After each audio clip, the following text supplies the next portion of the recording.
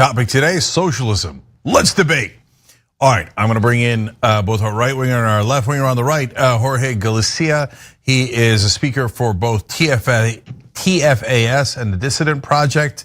And on the left, Max Burns, Democratic strategist and founder of Third Degree Strategies. So guys, you know the rules, but let me tell you the audience real quick. No filibustering. I'm gonna keep a rough clock on this. And you gotta listen to the moderator and no personal attacks, okay? So, since the topic is socialism, I love the first question here because everybody's got a different answer. Jorge, I'll start with you. What is socialism? Well, first of all, thank you for the invitation. It is an incredible honor.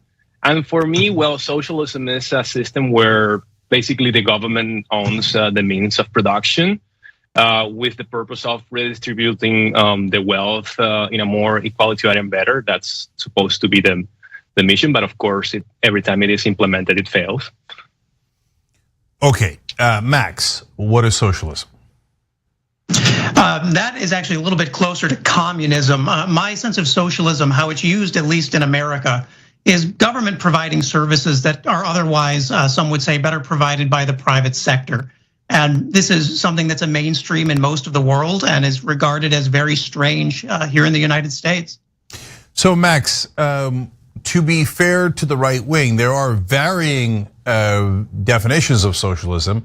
And some people, even on the left, perceive socialism as an effort to eradicate capitalism and have most, if not the entire economy, run by socialism. So how do we know what's the real socialism? Well, you're absolutely right. I mean, there's a wide range of political opinion on this, not just in how it's defined, but in how it's implemented and whether that is bad or not. You find socialism by talking to people in the countries where we're looking at, talking to people in the United States who identify as socialist and see that as, in their minds, a government that has some larger responsibility in healthcare, has some larger responsibility in regulating private industry, not in destroying capitalism so much as supplanting some of its weaker spots. And that's at least how socialism is really viewed in the mainstream in America. Jorge, what do you think are the dangers of socialism? Well, for me, the main danger of socialism is the destruction or the abolition of private property. I came from a place where, thanks to this kind of mentality, we saw how the government. By the way, I came from Venezuela. I don't know if we clarified that, but in Venezuela, I saw how the government back in the 2000s started to confiscate thousands and thousands of private businesses within Venezuela.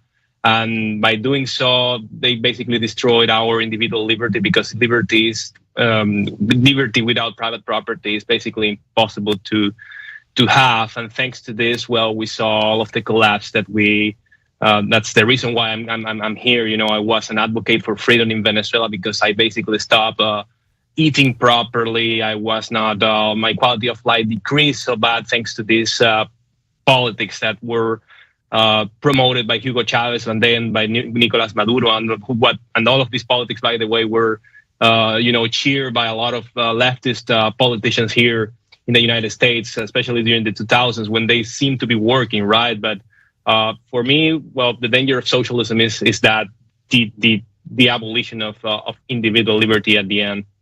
So I'm going to stay with you for a second, Jorge. You said a lot of businesses were seized. What do you mean by that? Were industries nationalized, or was it that the business, probably the businessmen involved, were not supportive of the administration?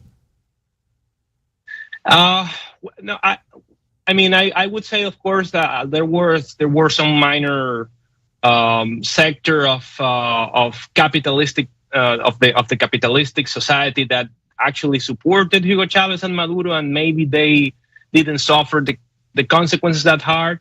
But of course, a big majority of the business community inside of Venezuela did suffer all of these confiscations. Many of them weren't even repaid by the government by the time they were being confiscated. So Yeah, that's basically what happened. They just took their properties, and there was no legal action for these people to defend themselves.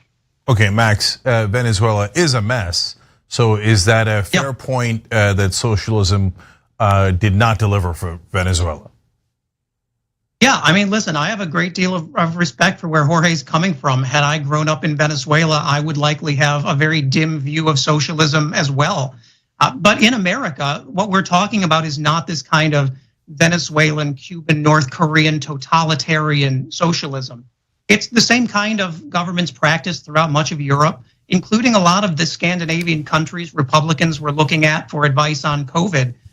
We're not advocating this totalitarian system. And in fact, in this country, a lot of young people in both parties are moving to the left to escape that kind of totalitarianism that they see in full display among Republicans here. So, Jorge, what about Max's point that the version you're talking about is not the version that's in America or Northern Europe, where you have stable governments and the government does a couple of things more than in a purely capitalist system? Not that any purely capitalist system actually exists. And so it's not anywhere near the threat that you're saying it is. Yeah, I do agree that, I mean, probably his views, or many people within the Democratic Party views, are not nearly as the same as whatever Hugo Chavez and Maduro are doing. But my problem, however, is that people have to understand that Venezuela didn't become what it is today from one day to another. And before Hugo Chavez, you know what brought Hugo Chavez to power in the first place? During the 70s and during the 80s and the 90s, we implemented a huge welfare state that everybody was, happy. A lot of people were, and this was done by democratic means. Our oil industry was nationalized back in the year 75. And during this year, well, the government started to spend like crazy. Free college for everybody, free healthcare for everybody. A lot of these things that a lot of leftist people are advocating for here in America. We had all of that even before Hugo Chavez, but guess what? It became unsustainable. We started to suffer from inflation problems. The business community started to just reallocate their businesses outside of Venezuela because taxes were really high. The monetary, environment in Venezuela started to decrease. A lot of people started to become poorer and poorer. And in this environment, this is where Hugo Chavez actually, he saw the opportunity, and he said to people, "Hey, look at this. Capitalism is failing to you. Elect me, and I'm going to, fix all of that." And by the way, the way he became popular is by he tried to overtake the government by the use of military force. So he never paid any consequence for doing this. But however, what I'm saying is, thanks to all of these ideas of having this state of taking care of, healthcare, college, or all of these other great spheres of life, that led Venezuela into what the hard version of socialism that we have today. Because at least according to Hugo Chavez, the reason why Venezuela was doing bad during the 90s and the 80s through it was doing kind of bad was because of capitalism, but it was never capitalism. It was always government mismanagement and government overspending. So Max, what do you say to this domino effect theory, where if you do a welfare state, it leads to more socialism until you get to Venezuela's state today? I think there's actually an interesting point that Jorge made in there, is that in that story, in the timeline, it's not so much the universal health care or the better roads that turn people against the democratic system. It's a leader who's willing to capitalize on inequalities economically, on unhappiness domestically, to seize power. And we had a situation like that just over a year ago on January 6th. But it was not socialists and lefties who were attacking the government trying to overthrow our system. That was Republicans who had pledged to protect these institutions. It was, in fact, all of the socialists who were aghast that that kind of thing would have happened. And to this day, they've paid no consequence for that. There's been no sign that will be punished at all. And it's something that really reflects, I think what Jorge is saying is that this is an issue of leaders. And it's an issue of character, and that if a system is jeopardized by those leaders, they can easily exploit it to take power, regardless of what your economic model is. So Jorge, you mentioned oil as well. And obviously in Venezuela, that's an enormous part of the puzzle. So when oil prices were high, socialism seemed to be working under Hugo Chavez. Oil prices plummet, and all of a sudden, Venezuela collapses. And then you talked about totalitarianism, which Max just referred to. So is it possible that it's more the fluctuation of oil and the drive towards totalitarianism that's causing the problem rather than socialism? No, I don't believe in that. I mean, look at Norway, for example. Norway also have a vibrant oil sector, and whenever oil prices go down, you don't see this kind of mess going on in a place like Norway because they have a diversified enough economy, right? The problem in Venezuela is that we didn't manage to accomplish that because when Hugo Chavez took place, he managed to basically confiscate all of these private businesses that were doing that were profitable and were somehow helping us to diversify the economy, and Hugo Chavez basically made us more dependent on oil. And when you look at the Norwegian example, for example, I have read a little bit about it. By the way, their oil industry is also owned by the state, but they took a very different approach when it comes to managing the profits. They didn't use all of the oil revenues to just subsidize whatever, I don't know, college or medicine or whatever. They just took all of this money and they reallocated in the global financial market. They bought different stocks, and they have this massive sovereign wealth fund. And after they save a lot of money, they actually using that money to finance all of their welfare state, right? But they first save a lot of money, and then they are using that money to finance different things. Here in the United States, we don't unfortunately, we don't have that. We're dealing with a horrible deficit problem. The debt is growing every single year, regardless of which our administration is in power. And by the way, a lot of I consider myself I'm a conservative. I'm a fiscal conservative. And I feel like fiscal conservatism is kind of being forgotten inside of the Republican Party, and we as conservatives need to fight against that. I mean, not a lot of people is talking enough about this, but until we don't fix that problem, that monetary issue, and then we're already seeing some of the consequences when we see inflation, for example. We cannot start proposing, free housing or free healthcare or free college tuition, because we cannot. I don't believe we can afford it, at least right now. Max, what do you think about the example of Norway? Well, I think that there's a great point there that socialism is popular because in many ways the system we have right now is completely failing to meet needs.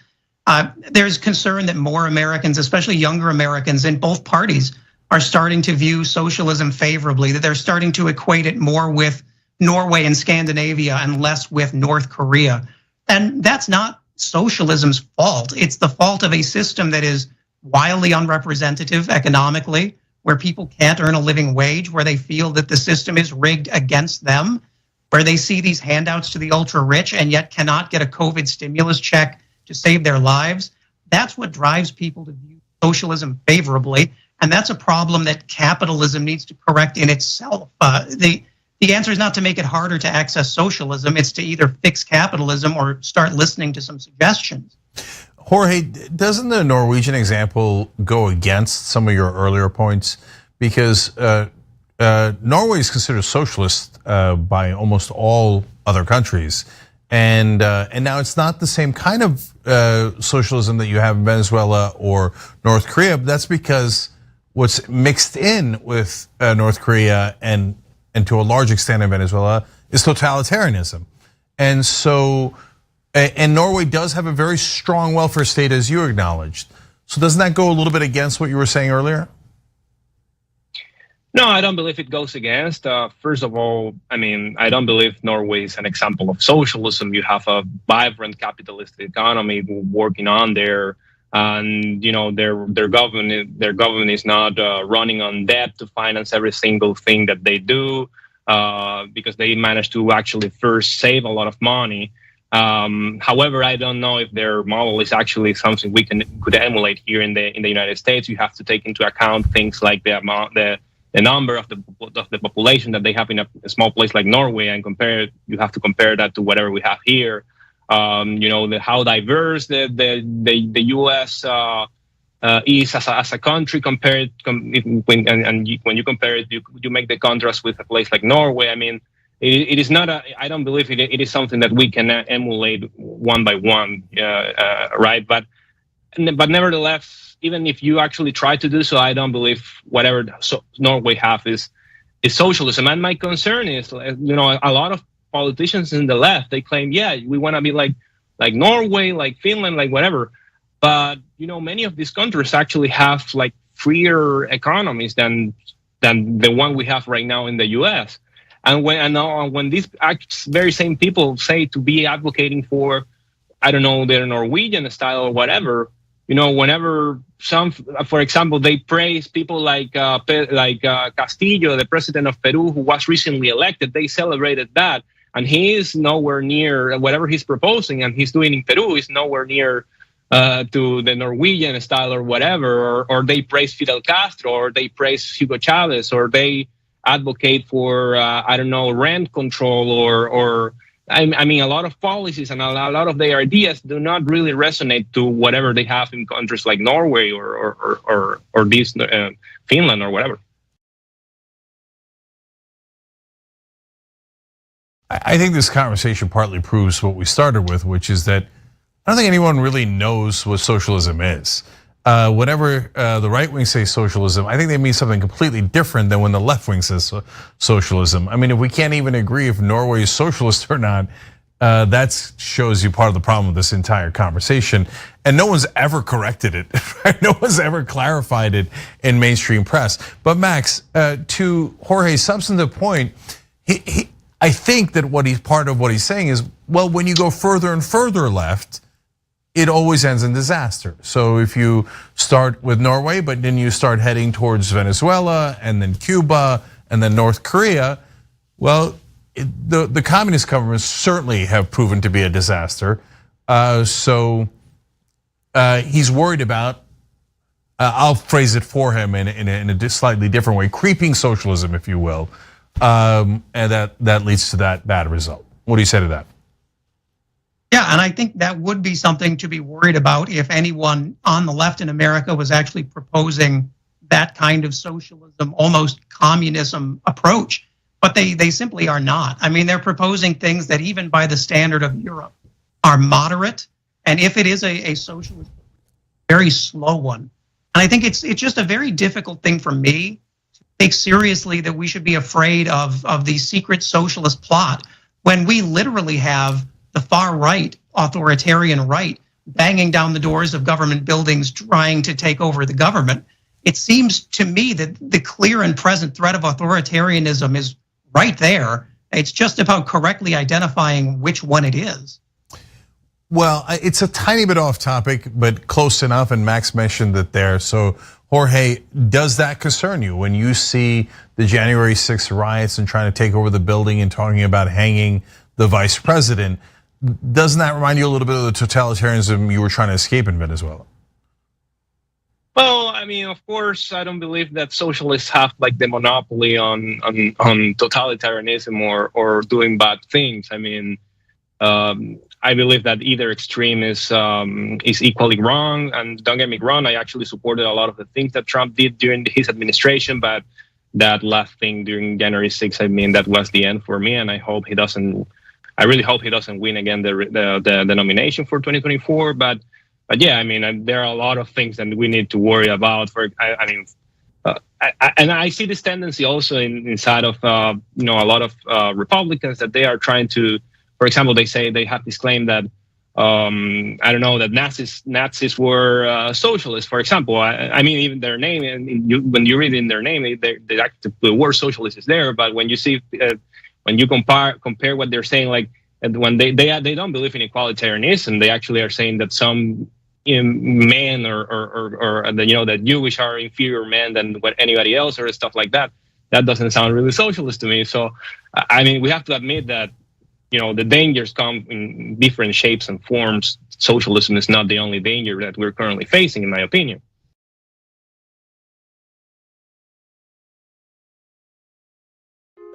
Hey everyone, Matteo Scarapore here, author of Black Buck, which is Shop TYT's first fiction book ever. I'm honored. So, Black Buck is about a young man named Darren who's living in Bed-Stuy, Brooklyn. He lives with his mom, he has his girlfriend, he has his best friend, he has his neighborhood, and his neighborhood has him. Darren's also working at a Starbucks in Midtown Manhattan. And one day, this man, who's real suave and good looking, comes in and asks Darren to give him his regular.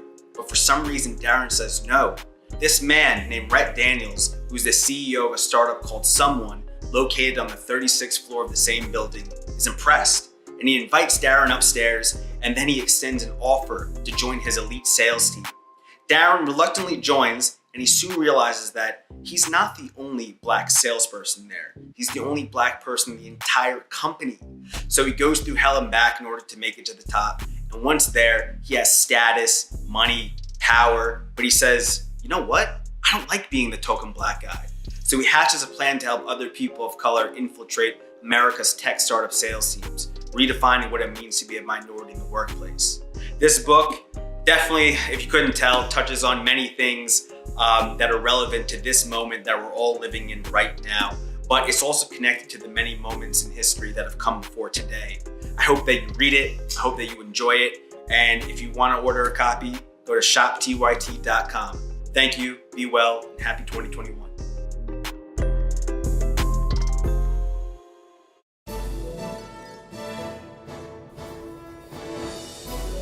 Breaking news with Brett Ehrlich. This is Brett Ehrlich with Breaking News with Brett Ehrlich. Bernie Sanders wants to break Wall Street, and he wants to break it real bad.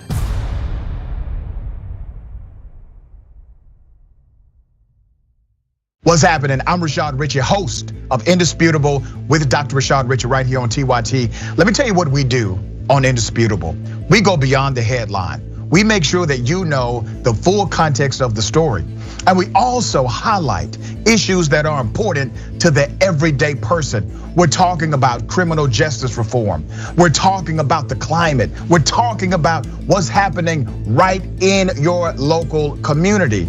We also highlight very important issues that are affecting all of us, like the economy, jobs, and we engage in transparent debates with people who may not think like me. We're living in a current social atmosphere where opinions are represented as facts and lies are represented as truth. Make sure you tune in to Indisputable with Dr. Rashad Ritchie, Monday through Friday, 2:30 p.m. Eastern Time, 11:30 a.m. Pacific Time. I don't care if you're Christian. In fact, I will fight for you to have your religious liberty and practice your Christianity. I believe in that. I don't believe in Christianity, which means that you do not get to dictate the way I live my life based on your religion. I don't care what the Bible says. You have every right in the world. All those women who identify with your religion have every right in the world to not get an abortion, to not take birth control, but they do not have the right to dictate my life and what I decide to do with my body. I don't care about your goddamn religion. I'm so tired of having nonstop conversations about what the Bible says. You live your life in the way that you interpret the Bible. Again, I don't care, but you don't get to take the Bible and tell me, well, the Bible says this in this chapter, in this verse. I don't care. I don't care, I don't believe in it, and I have the right, based on our Constitution, to not believe in it.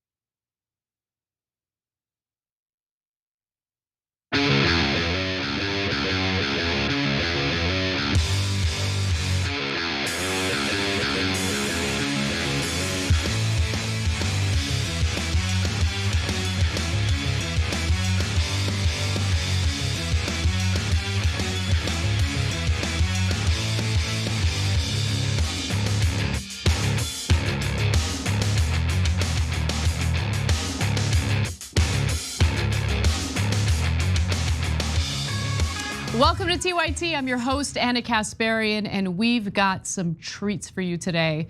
Later in the show, we'll be interviewing in studio Chris Smalls, president of the Amazon Labor Union. We'll talk about what he's been up to, what he has accomplished, and more importantly, what he has planned for 2024. He broke a little news today on Hassan Piker's stream, and we're gonna have him elaborate on the possibility of a general strike in 2024, along with other topics. So definitely tune in for that. That'll be later in the first hour of the show.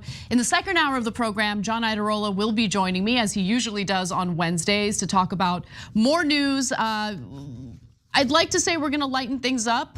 We will a little bit, but there are a lot of important topics to get to today. An update on what we broke in news this week with Alex Jones sending intimate pictures of his wife to Roger Stone. There is an update to that story that I want to share with you, but we'll talk about that later in the second hour with John Iadarola. But before we get to any of that, I think we need to do an update on the FBI raid into Trump's Mar-a-Lago residence. He has spent all day making himself look pretty guilty of multiple crimes. So I want to break that down for you. Let's get started. Former President Donald Trump invoked his Fifth Amendment rights and declined to answer questions in a deposition conducted by New York Attorney General Letitia James.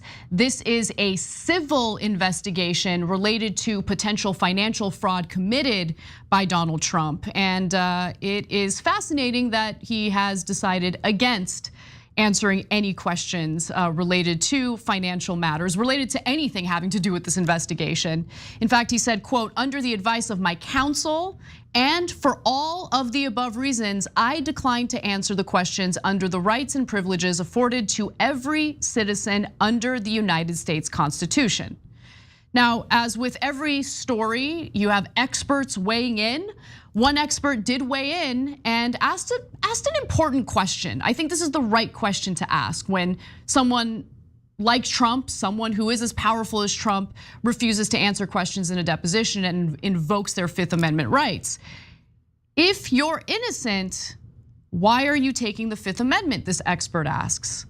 Well, if you're wondering who that expert is, it is Donald Trump, who in 2016 said, again, and I quote, "If you're innocent, why are you taking the Fifth Amendment?" Now, he made those statements back in 2016 during a campaign rally in Iowa. He was specifically, of course, talking about Hillary Clinton and her use of a private server that included, of course, classified emails. She broke the law in that regard, and he was talking about that. Let's listen to more of his statements in regard to what Hillary Clinton and those around her did. Have you seen what's going on in front of Congress? Fifth Amendment, Fifth Amendment, Fifth Amendment. Horrible, horrible. And will anything happen? That's going to be the question. We'll find out. Will anything happen? That's the question. Fifth Amendment, horrible, horrible, so horrible.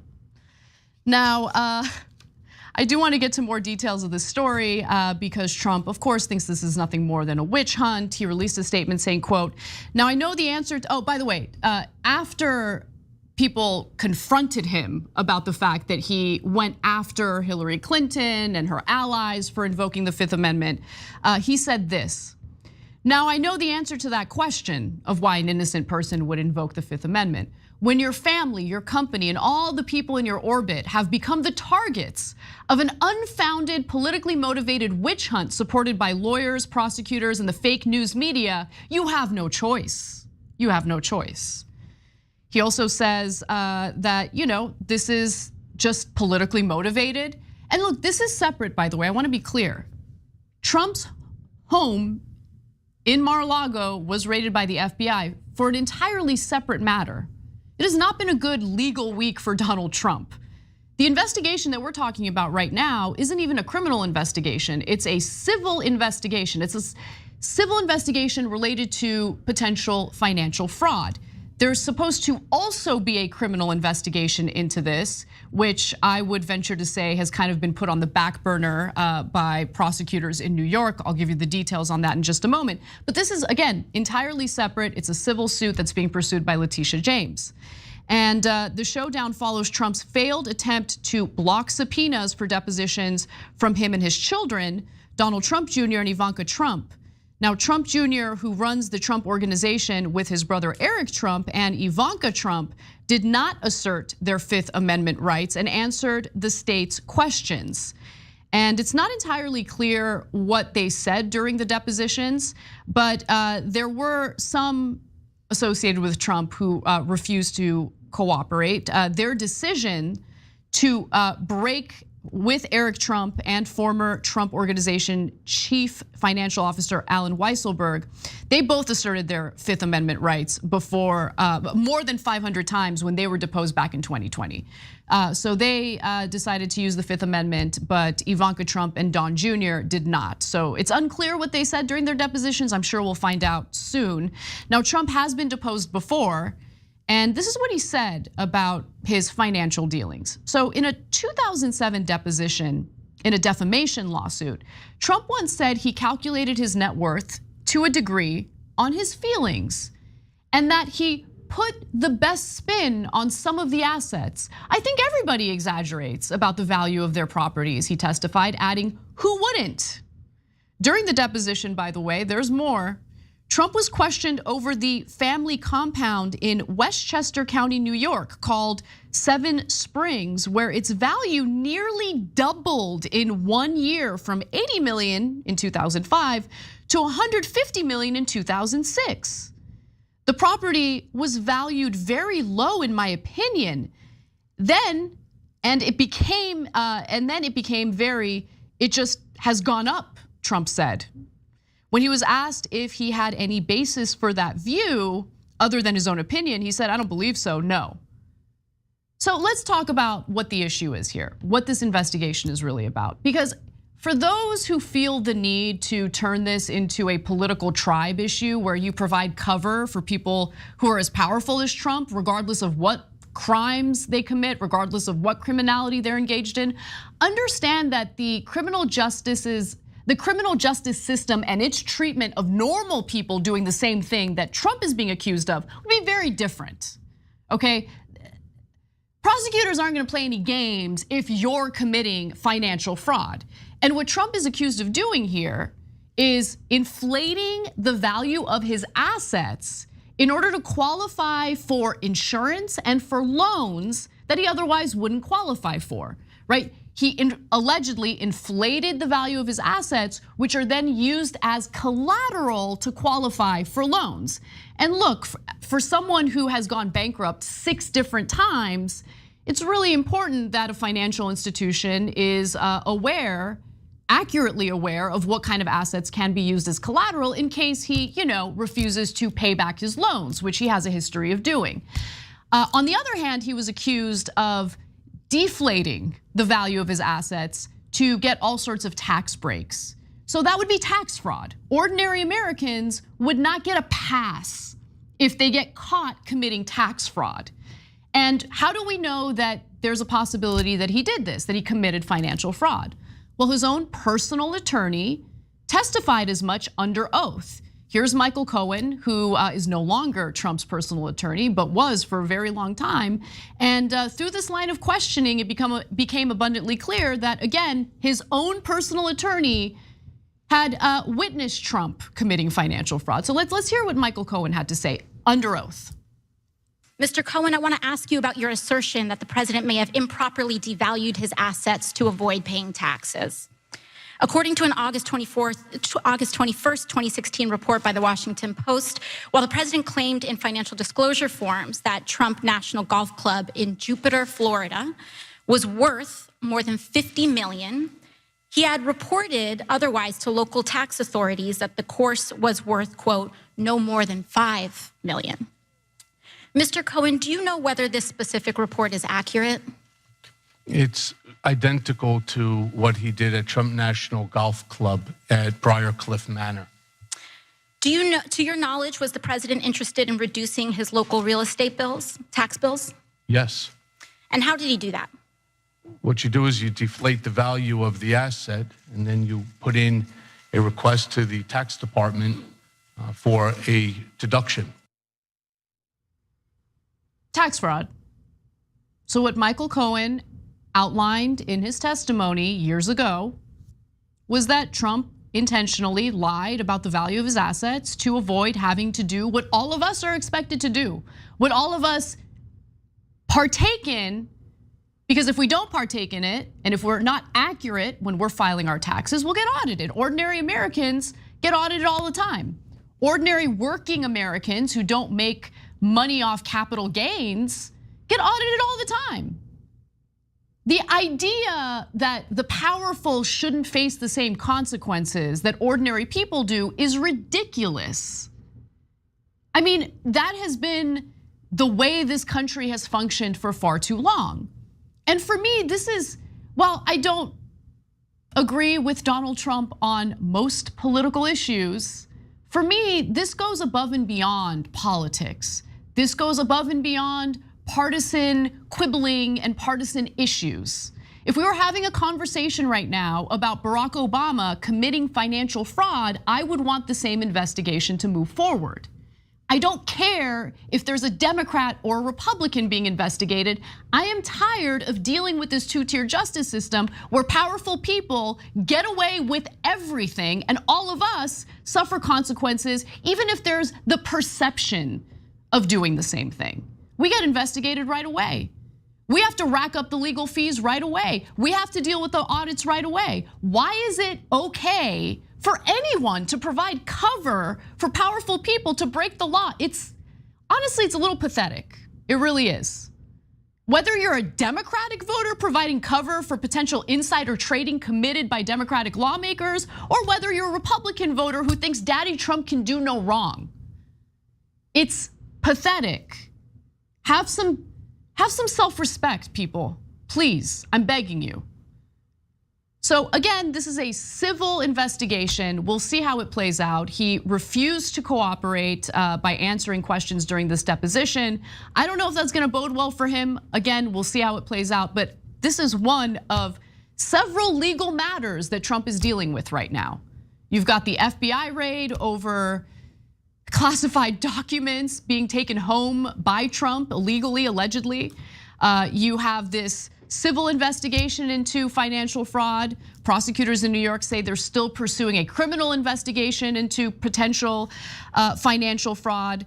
The House committee, by the way, looking to obtain his tax documents, will be able to do so according to a decision that was handed down by a federal judge on Tuesday of this week. So it hasn't been looking good for Trump. But if you were to take history as, any evidence of what to predict in the future, the elite never really face any consequences. You have Wall Street bankers collapsing this entire economy, okay, triggering a global economic meltdown. And who went to prison for that? They committed fraud. How many of them went to prison for that? One low-level Wall Street employee ended up suffering the consequences of what people at the very top did. And that's just indicative of how this country works. We should be excited to see that change. We should be able to put our partisan garbage aside and be happy to see that finally there might be a situation in which a powerful person suffers the consequences for doing something that would get us in a lot of legal trouble. All right. There's one other story kind of related to this that I want to get to, so let's discuss. Authorities have seized Republican Representative Scott Perry's cell phone, and this apparently took place a day after former President Donald Trump's Mar-a-Lago residence in Palm Beach, Florida, was raided by the FBI after he allegedly took classified documents home with him from the White House. Now, the Pennsylvania lawmaker is a Trump loyalist. He's also very upset at what's happening here, even though he trafficked in all sorts of lies about the 2020 election allegedly being stolen from Donald Trump. He says, quote, "This morning while traveling with my family, 3 FBI agents visited me and seized my cell phone. They made no attempt to contact my lawyer, who would have made arrangements for them to have my phone if that was their wish. I'm sure he would just willy-nilly very easily hand his phone over to the FBI had they just reached out to his lawyers, because Trump and all of his lapdogs have really proven themselves as individuals who cooperate with investigations. He also says, I'm outraged, though not surprised, that the FBI, under the direction of Merrick Garland's DOJ, would seize the phone of a sitting member of Congress. My phone contains info about my legislative and political activities, my personal and private discussions with my wife, family, constituents, and friends. None of this is the government's business. Well, I mean, in order to seize your cell phone, a federal judge would have to sign off on it, sign off on a warrant to do so. And in order to get a warrant signed by a federal judge, the FBI would need to demonstrate that there's probable cause. And so the idea that, federal officials can unilaterally decide they're just gonna seize your cell phone without a warrant, especially when we're targeting a specific member of Congress or a politician, it's just ridiculous. And here's what happens in life for normal people. I know the elite aren't used to this, but for normal people, when you play stupid games, you win stupid prizes.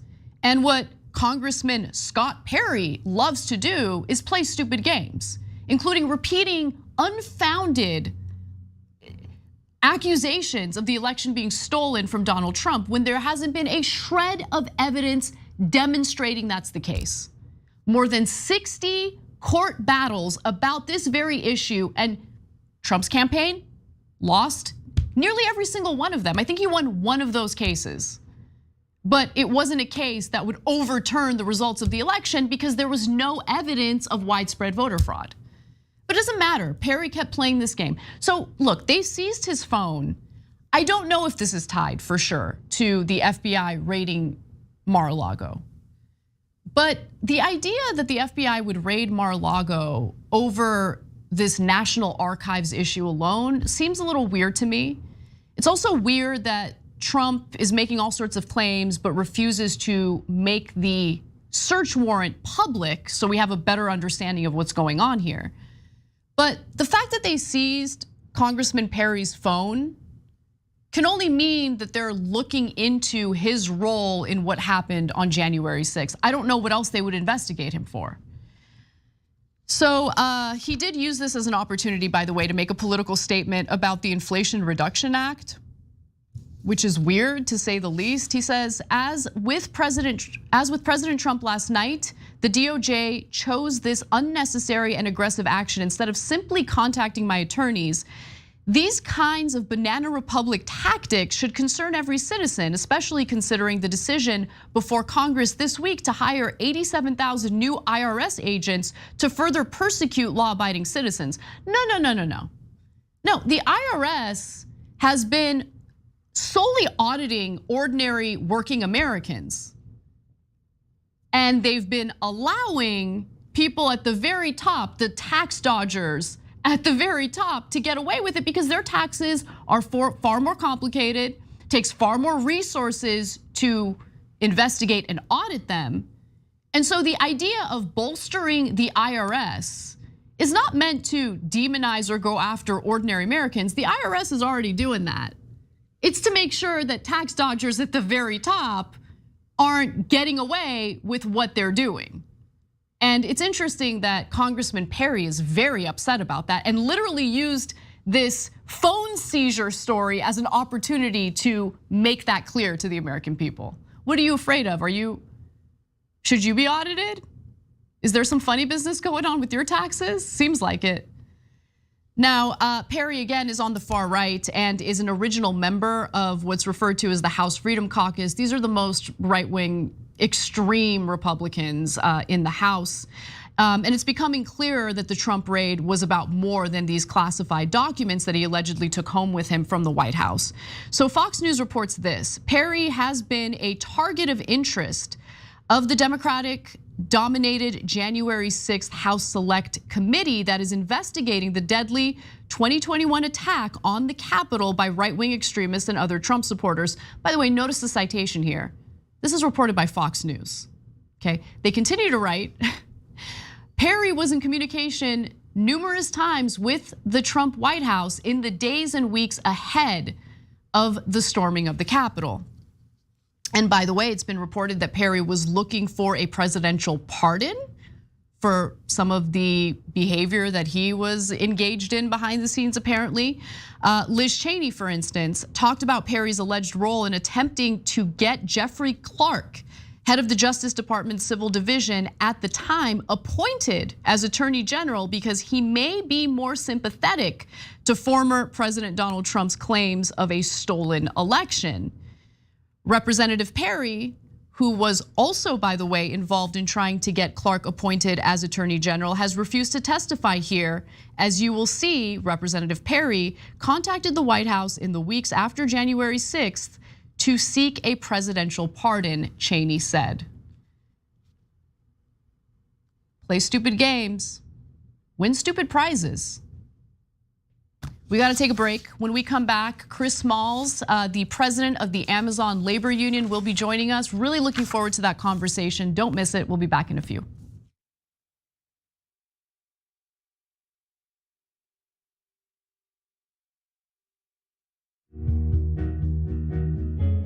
Our audience has given us everything, so we couldn't be more connected. When we first started, people would start giving us directions and say, okay, the mics are too large, move them. Turn them into lav mics. I mean, they were incredible. And then one guy walked in and gave us a really expensive switcher and said, you guys need this, and walked out. Okay, it's amazing. They helped us build a studio. They did a $2 million funding campaign for us. And so they really are us. We do this show together to the point where some of our hosts are even former listeners. So when we say that the audience is part of TYT, we really mean it. I think what the audience also appreciates is especially if they're members, they really get an inside look into who we are, our personal lives, what drives and motivates us. It goes beyond just storytelling. I think that what we do is allow our viewers and our listeners into our daily lives, and we give them kind of like this inside look into everything that we're passionate about and why it is that we're doing what we're doing, right? Like the motivation behind what we're doing, I think is important for our audience to know, and we're not shy about sharing that with them. And it's different from what people typically see in legacy media outlets where everything is kind of dry and robotic and there's really no personality or authenticity that comes along with it. Oftentimes when we're doing the show, I don't really think of it as me telling them stories. I think of it as us having a mutual respect and conversation with one another. And as I said earlier, I mean, not only do I feel that through the work I do, I'm informing our audience, but they inform me oftentimes as well. You know, they'll pitch stories to us. They'll tell us, you know, a certain perspective or angle to a story that we might have missed. And I love it.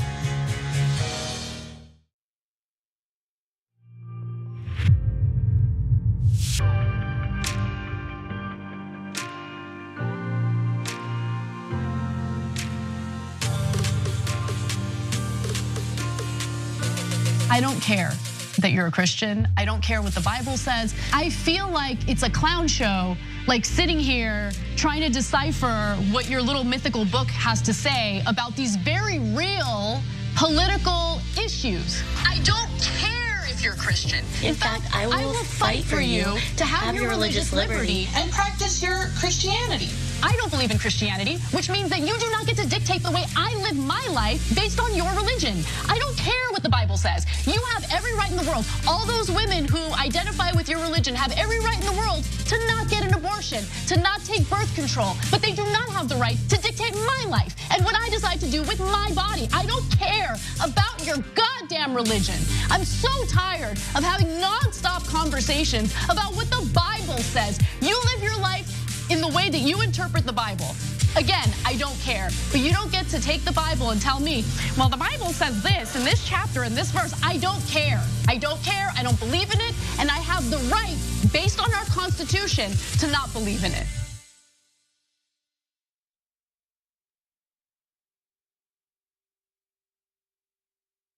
Hi, I'm Bartholomew Joseph Kyle. I do audio for the main show, the Young Turks. I also do audio for Post Game. I started in 2006. I met Cenk Uygur at the Iraq for Sale screening that was directed by Robert Greenwald. And watching that, I want to figure out a way to be part of something that's genuine and authentic. Ice cream.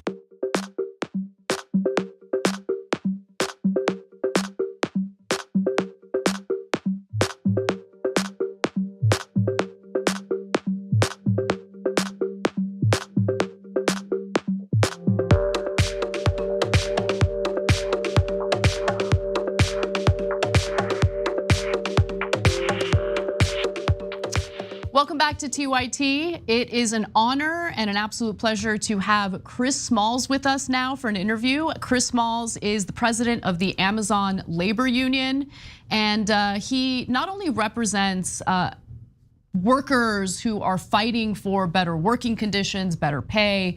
He really represents a modern day David and Goliath story that I think inspires a lot of people. So Chris, thank you so much for coming in and talking with us. Thank you for having me. Absolutely, absolutely. So you broke a little bit of news on Hassan Piker's Twitch stream today because you talked about basically building up to a general strike in 2024. And I have to ask you about that right off the bat because it's definitely exciting to hear that. At the same time, obviously it takes a lot of work to get to that point. So tell us about it. What are you planning? What can people do to pitch in and help? Yeah, definitely. I've been on tour across the country. It's been like a real hot labor summer. And we been spreading the same message, that there's a time in this country right now where labor is really on the uprise, and the only way we're gonna get our demands met is by withholding our labor. So I've been spreading that gem pretty much as I've been traveling. And I just think by 2024, every union in this country should be strike ready, regardless, because of the things that's going on. Abortion rights, gun laws, the tragedies, police brutality, social injustice, environmental, the list goes on and on every day. And I think just for me, being the current president of the Amazon Labor Union, I know that the company's not gonna recognize us. Same thing with Starbucks. They're not gonna get recognized. Mm-hmm. So the only thing we can do is build until we're able to strike. When you look at the lack of representation for workers through congressional legislation, it's just so clear that the only time workers really made gains in this country was the pressure that they implemented through organized labor in the lead up to the New Deal, which wasn't perfect. There were certainly people left behind in the New Deal, but at the end of the day, it's not like, Roosevelt decided out of the goodness of his heart to push for economic programs that bettered people's lives. There was a lot of pressure from organized labor. Some of those strikes got violent as a result of the response from authorities to those strikes. But they fought and they made some significant gains. And I think what we've seen from the press in the last several decades was just kind of like this, intentional forgetfulness about how this country came to have like a golden era. You know what I'm saying? Yeah. All you need to do is vote. That's all you need to do. Electoral politics is all that matters. But I think a lot of Americans are starting to wake up to the fact that only focusing on electoral politics has pays limited dividends essentially, yeah. Right? So can you talk about the kind of reception you've received from members of Congress in regard to your efforts to organize labor? Yeah, well, that's always a tough conversation because we have to force them to do their jobs, and it wasn't until we were victorious that we got any type of support. So to have it now, visiting the White House, having a comrade in Bernie Sanders, that's all good, but I know that's not enough. I know we still have to organize regardless of what happens. We're not gonna rely on them to give us what we want. We're not gonna get the PRO Act passed. We can't even get, certain protections right now. Mm-hmm. The administration still has to fund the NLRB to help our situations out when it comes to these petitions that are being filed, the unfair labor practices that these corporations break every day. It's still a long way to go. So for us, that's on the ground, we have to continue to organize and push these politicians in the direction that we need to. If not, we need to get them out, and replace them. 100%. What I appreciated about your handling of members of Congress is how, you don't get rowdy or loud or angry, but you use words that cut. And you recently, fairly recently, testified before the Senate Banking Committee. And there was a moment where you specifically addressed Lindsey Graham. And I love that moment because what you said was so powerful, and you didn't have to get, aggressive about it. You just calmly stated something that was just so true and resonated with so many workers. I want to show a quick clip of that moment and then we'll discuss it. Let's watch. I want to address Mr. Graham.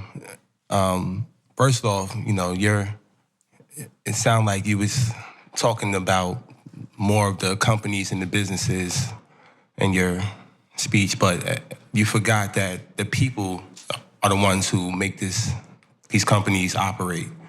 And if we're not protected, and if the process for when we hold these companies accountable is not working for us, then that's the reason why we're here today. That's the reason why I'm here to represent the workers who make these companies go. And I think that it's in your best interest to realize that it's not a left or a right thing. It's not a Democrat or a Republican thing. It's a workers thing.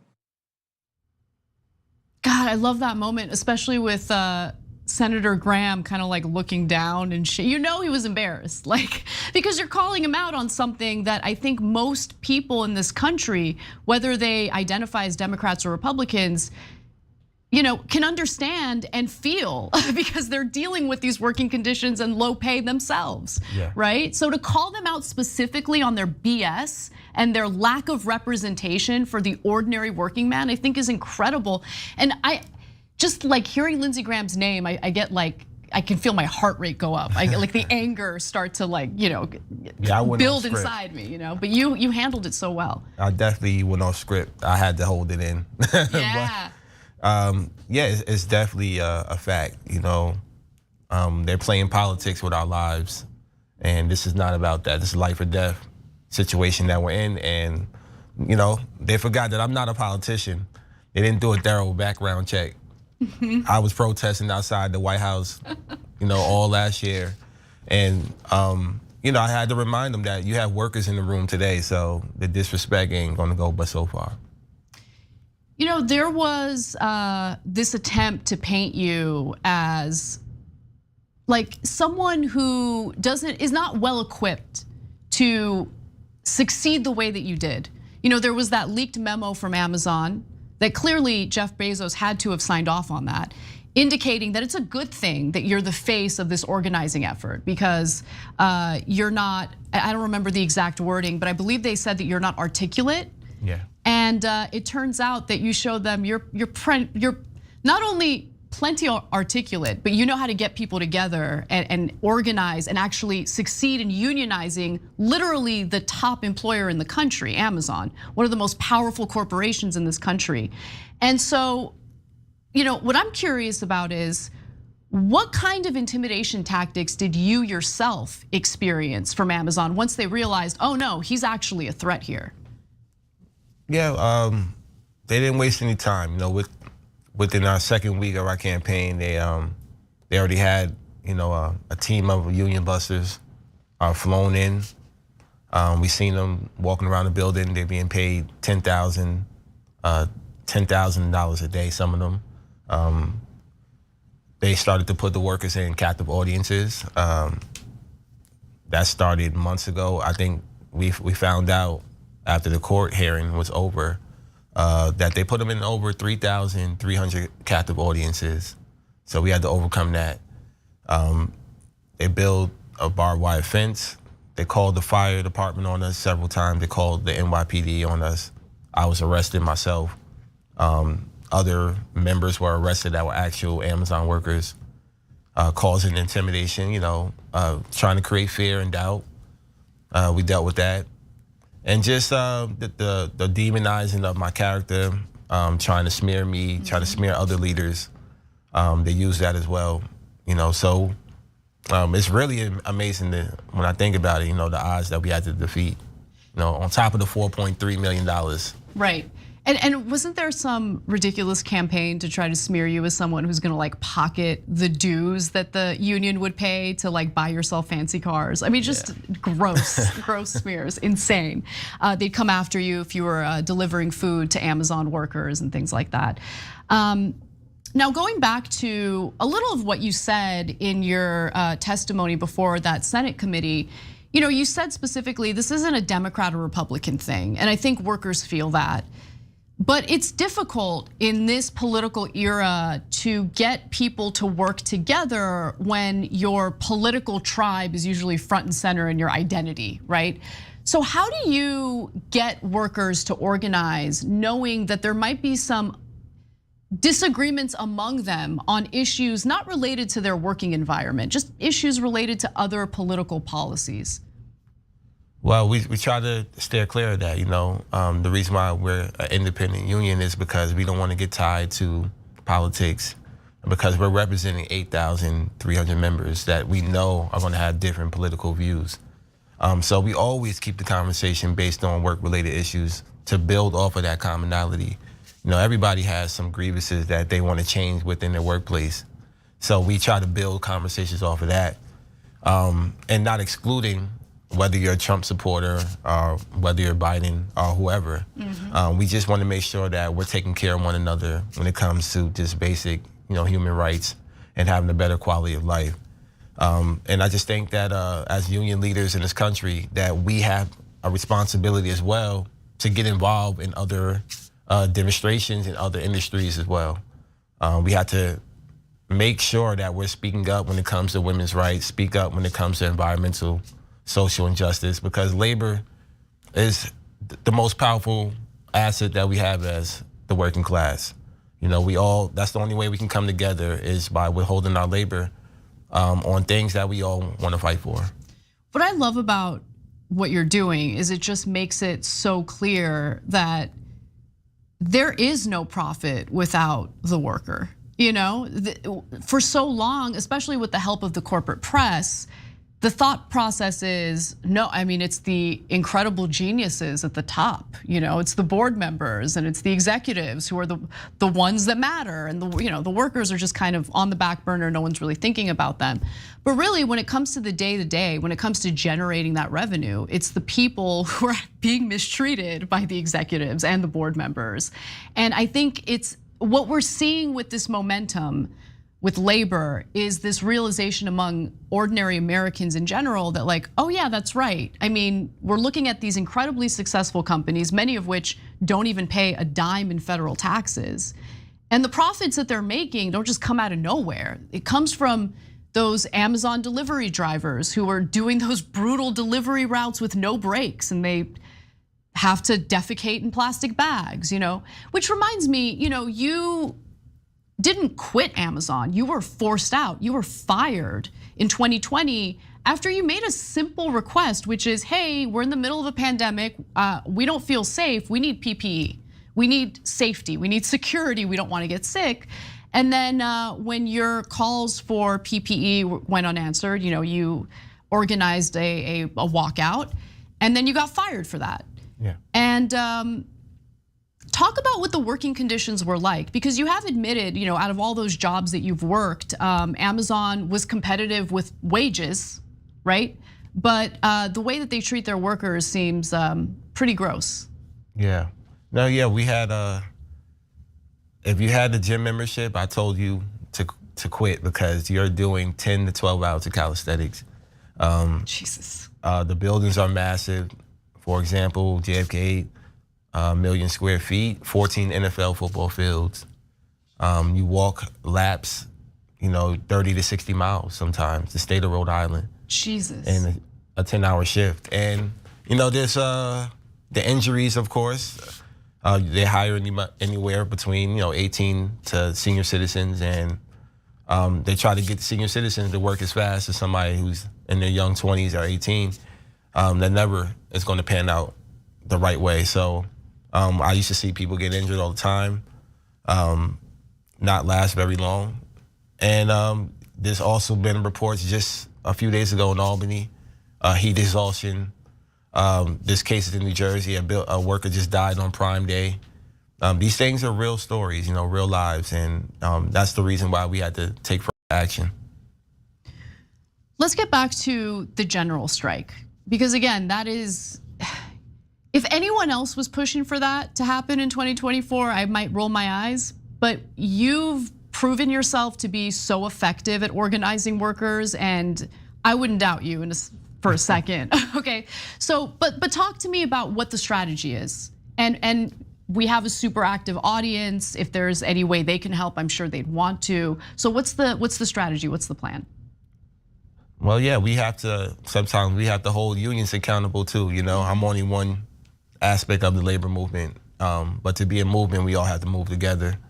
So, I've been traveling the country. I've been multiple cities, multiple union conventions, spreading the same message. So it's starting to reach the labor world, but we have to expand that.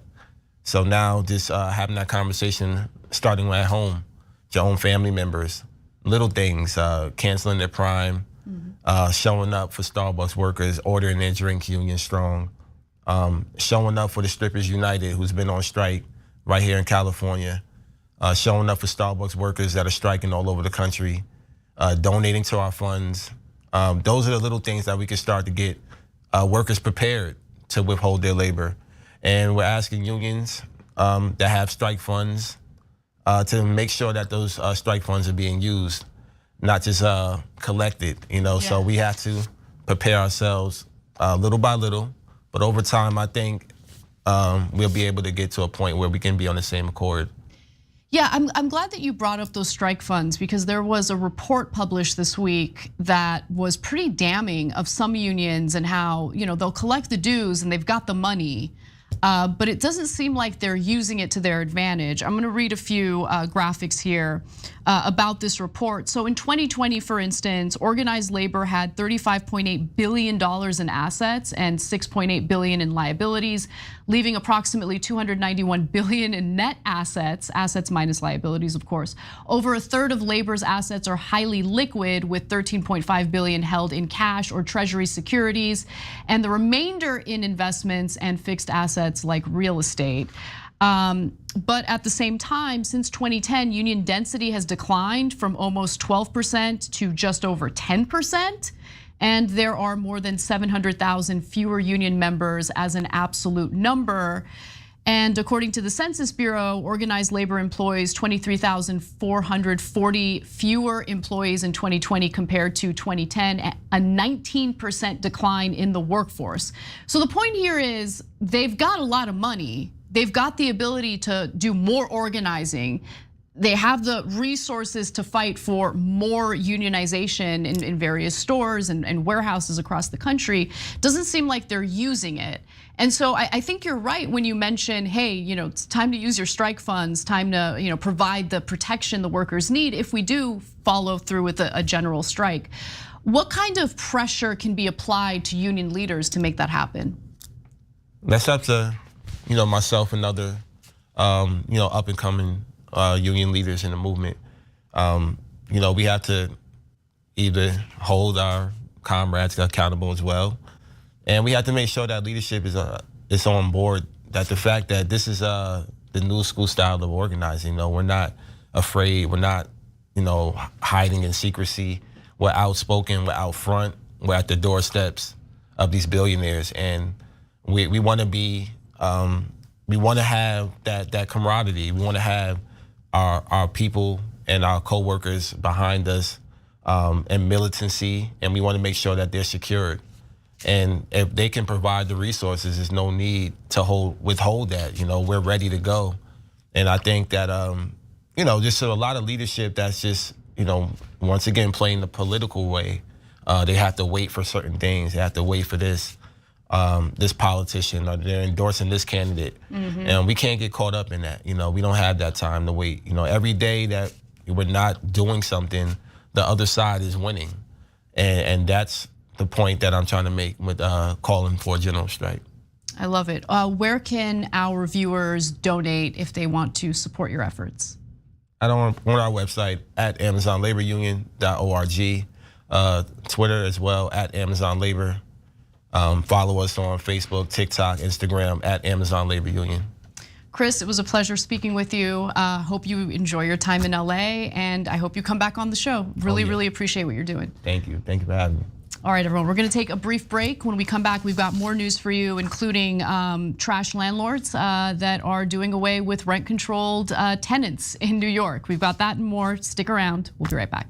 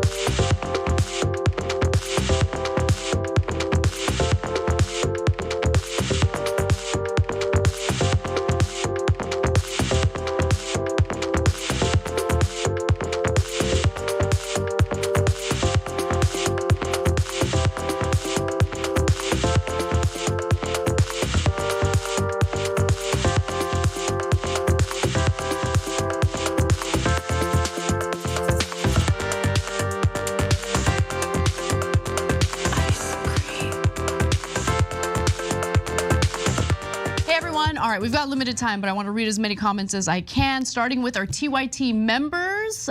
Craig K. Souffle says, American hero Chris Smalls is in the TYT house. Keep up the good fight for workers' rights. He definitely is. Shimmer Dragon says, getting the work week down to 40 hours was a triumph of the American labor movement. Since the exchange of labor for pay started, workers have had to fight for a fair exchange. CEOs and the wealthy cannot thrive without without us, the workers. You're absolutely right. Eclectic Miscellaneous says, happy Wednesday. Looking forward to my favorite TYT Wednesday lineup. Hour 1, Solo Anna Hour. Hour 2, Casparola, which I've noticed you've been using that nickname and I like it, I really do. John Bogino says, Anna's interviews are the best interviews, keep them coming. Thank you, I appreciate that. Mickey C, the silver-haired dragon, Smalls is not a trained public speaker, but he lives the life and knows what workers go through and he gets his message across. That's all that matters. His mind and actions go far beyond his years, 100%. No, like what I loved about that moment during his Senate testimony was, again, like, I love watching people calmly dismantle others in positions of power. And it was just like, it just inspired me. I love that moment. Special thanks to our Twitch community, including Metal Turtle 571, who gifted a tier 1 sub. We also have Potamus, who subscribed at tier 1. And the comment is, Chris Smalls is badass. Love that he's on TYT. I loved it too. And I hope everyone else enjoyed the interview. And Mighty Sorry, but thank you so much for subscribing with Prime.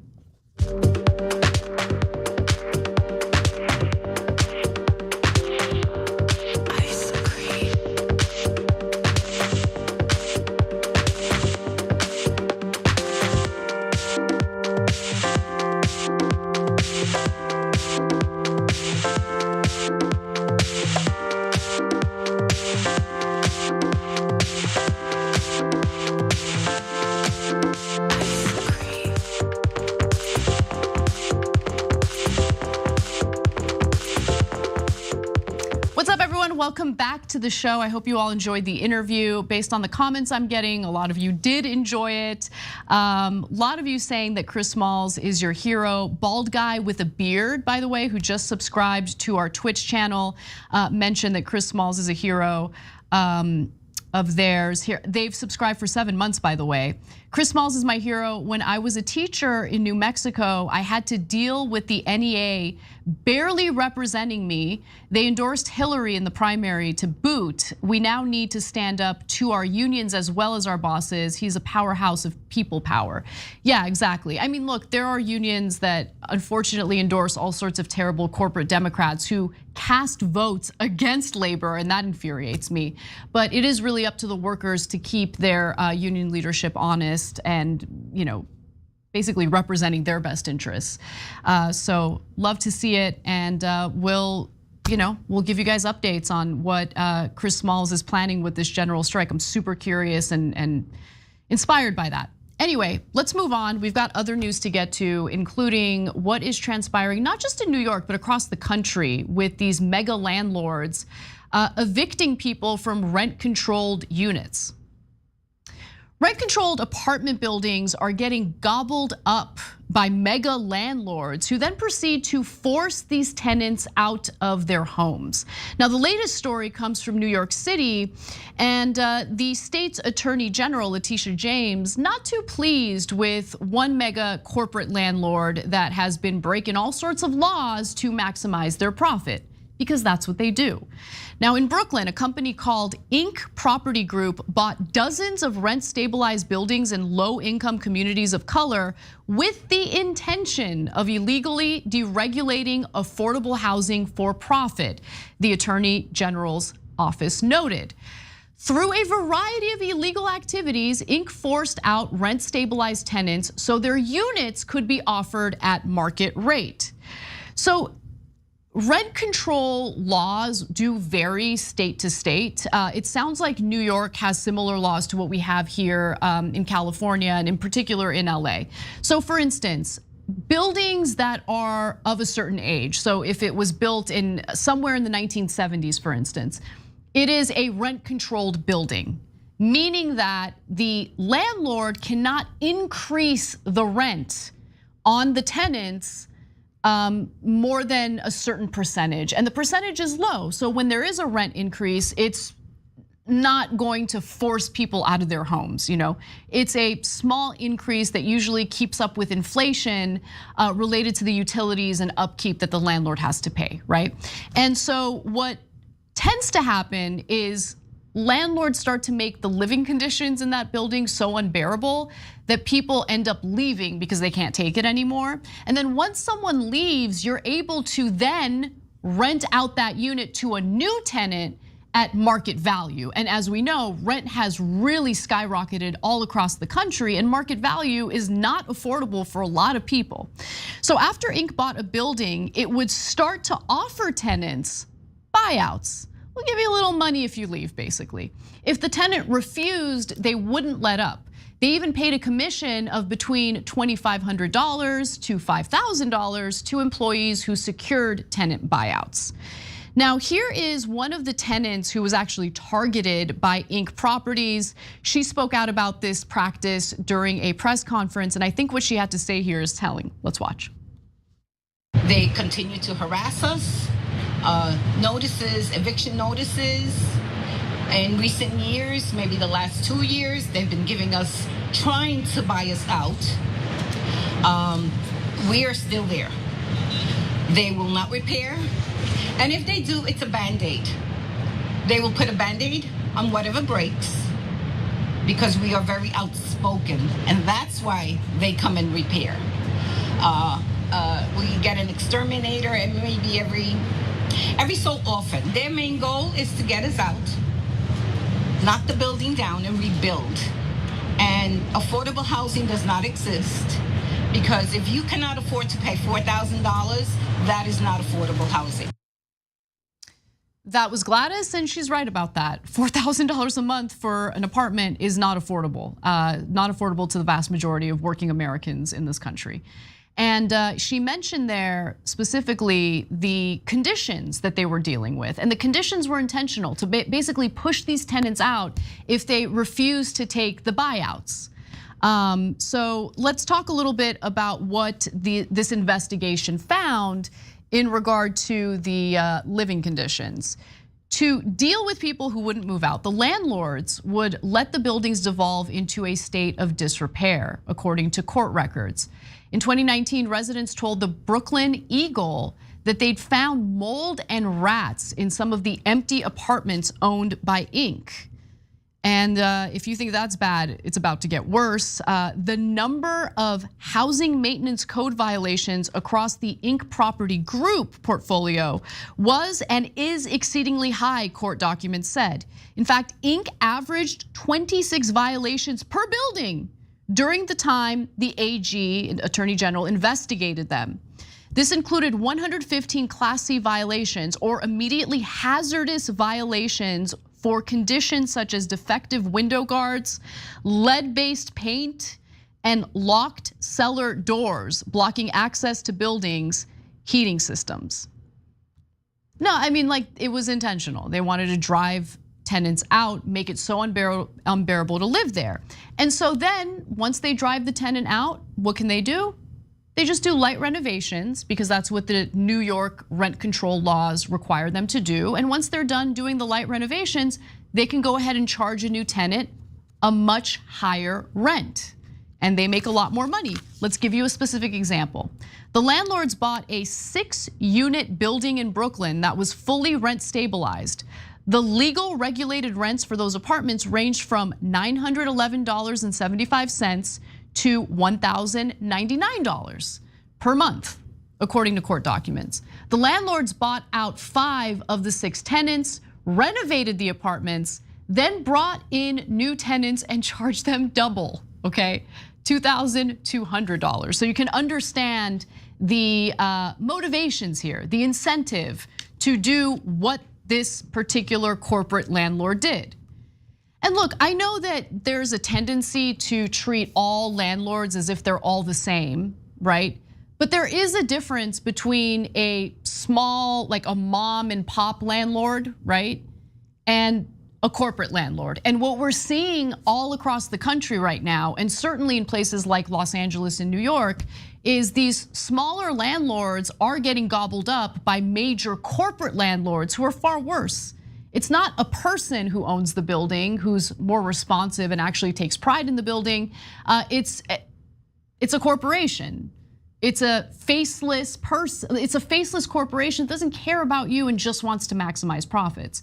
And so while the end goal is to get to a point where we have an abundance of affordable housing and we're not reliant on the whims of landlords and whatever they want to charge, at the end of the day, I think the number one thing we need to do is protect these rent stabilized buildings and ensure that these corporate landlords stop doing what they've been doing for quite some time now. I want to give you some more information because thanks to this investigation by New York's Attorney General Letitia James, there were consequences for Inc. properties, but this is just scratching the surface. I'm glad there were consequences for Inc. properties, but corporate landlords are a huge problem. During the pandemic, thanks to the Federal Reserve offering cheap money to corporations and banks, you have private equity firms buying up entire neighborhoods of single family homes. And then what do they do with it? Well, they rent them out because they want to really corner the rental market industry. Like that is what they want to do. And they abuse their tenants. They don't care for their tenants at all. Something needs to be done about that issue. But when it comes to Inc. properties, here's what happened in the conclusion of this investigation. The landlords just reached a settlement with the New York City Attorney General where it would pay $1.75 million to maintain sustainable housing in the city and $400,000 to the tenants it had screwed over. A lot more needs to be done. But I will say it is rare to see any corporation face any consequences for their wrongdoing. And I'm happy that at least in this case, there was an investigation and there were some consequences. But will it stop these major corporate landlords from doing what they've been doing? Probably not. There needs to be more of a deterrence. And I would venture to say that the profits that they're able to make off of these practices outweigh the penalties they end up having to pay if they get investigated. So dealing with this on a case-by-case basis isn't enough. There needs to be a systemic change, especially in how we think about housing in America. All right, we're gonna take a quick break. When we come back, John Iadarola joins me for more news, including Facebook handing over information about women who then seek abortions in states where abortions are illegal. Just not a good story, bad story, very bad, but we do need to talk about it. We've got that and more coming right up.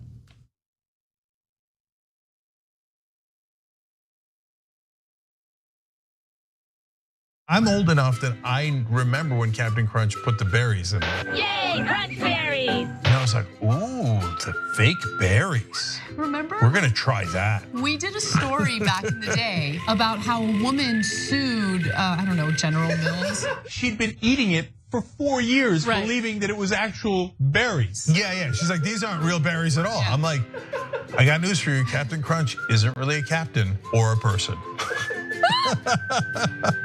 Joining me now, legendary whistleblower and American hero, Edward Snowden. First question is, hey, where are you?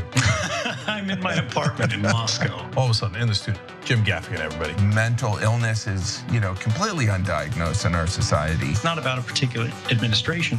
It's about a broken system of power, and through that, really, the instrumentalization of a system of not justice, but injustice. People understand whether they claim to deny climate change or not. Our collective house is in crisis.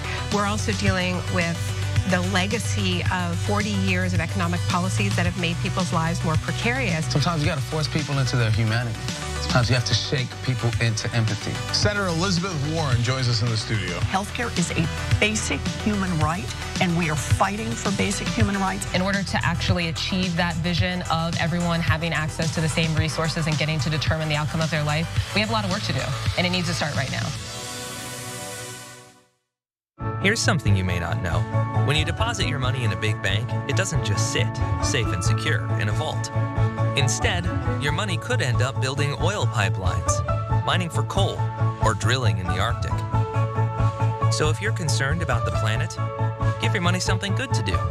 Make the move to green with Aspiration's fossil fuel-free account and join the thousands each week who are switching to save their dollars and save the planet at the same time. Welcome to the Damage Report. I'm John Iadarola. This is gonna be a big one. What Donald Trump has done as president has cut taxes for the wealthy and made life better for rich people. But he's made life worse for poor people. We're making America great again by throwing more money at the military to destroy other countries because that makes us great instead of investing it in ourselves. That it's Donald Trump and it's Stephen Miller.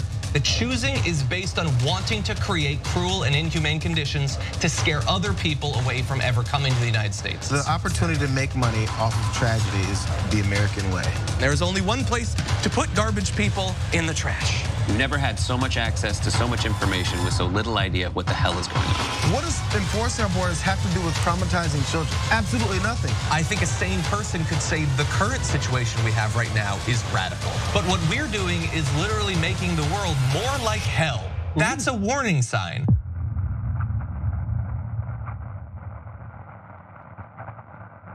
ShopTYT.com now has books. One of them is Ryan Grimm's book, We've Got People. That's a saying that AOC said, they've got money, we've got people. It's the best tracing of the AOC victory I've seen anywhere. It's the most accurate, and it's got great details. The book actually goes all the way back to Jesse Jackson and how he's the original Bernie Sanders. If you want to know how we're going to win going forward, those lessons are super important, and they're in Ryan's book. So check it out right now at ShopTYT.com. We found the perfect person to lead the army, Allison Hartson. The establishment media works hand in glove with our corporate legislators, and our corporate legislators work hand in glove with the corporation. And we're going to make it so that it's a decentralized force throughout the country, so that we can quickly identify stories, quickly identify troll farms, and go in and neutralize the enemy, and then start building responsible media throughout the country and on every platform available. The joke is not on me, it is on you. You're gonna hate it. Sure, John Warderola. Sure, Emma Warda Vigland.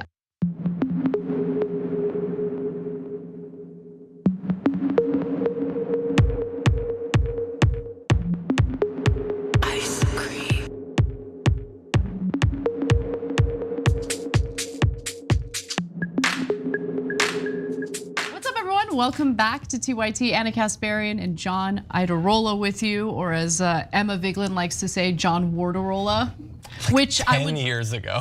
Which I want to watch that in context, you know. I don't even know what year that was. I don't know if she remembers. I just love how Bart has that in his back pocket. He's ready to. He's got everything in his back pocket. It's weird. He does. He's got it all ready to go. He's ready. Yeah. I do want to read some super chats in regard to what we covered in the first hour, starting with Peter Hamby, who always comes correct with the poetry. Okay.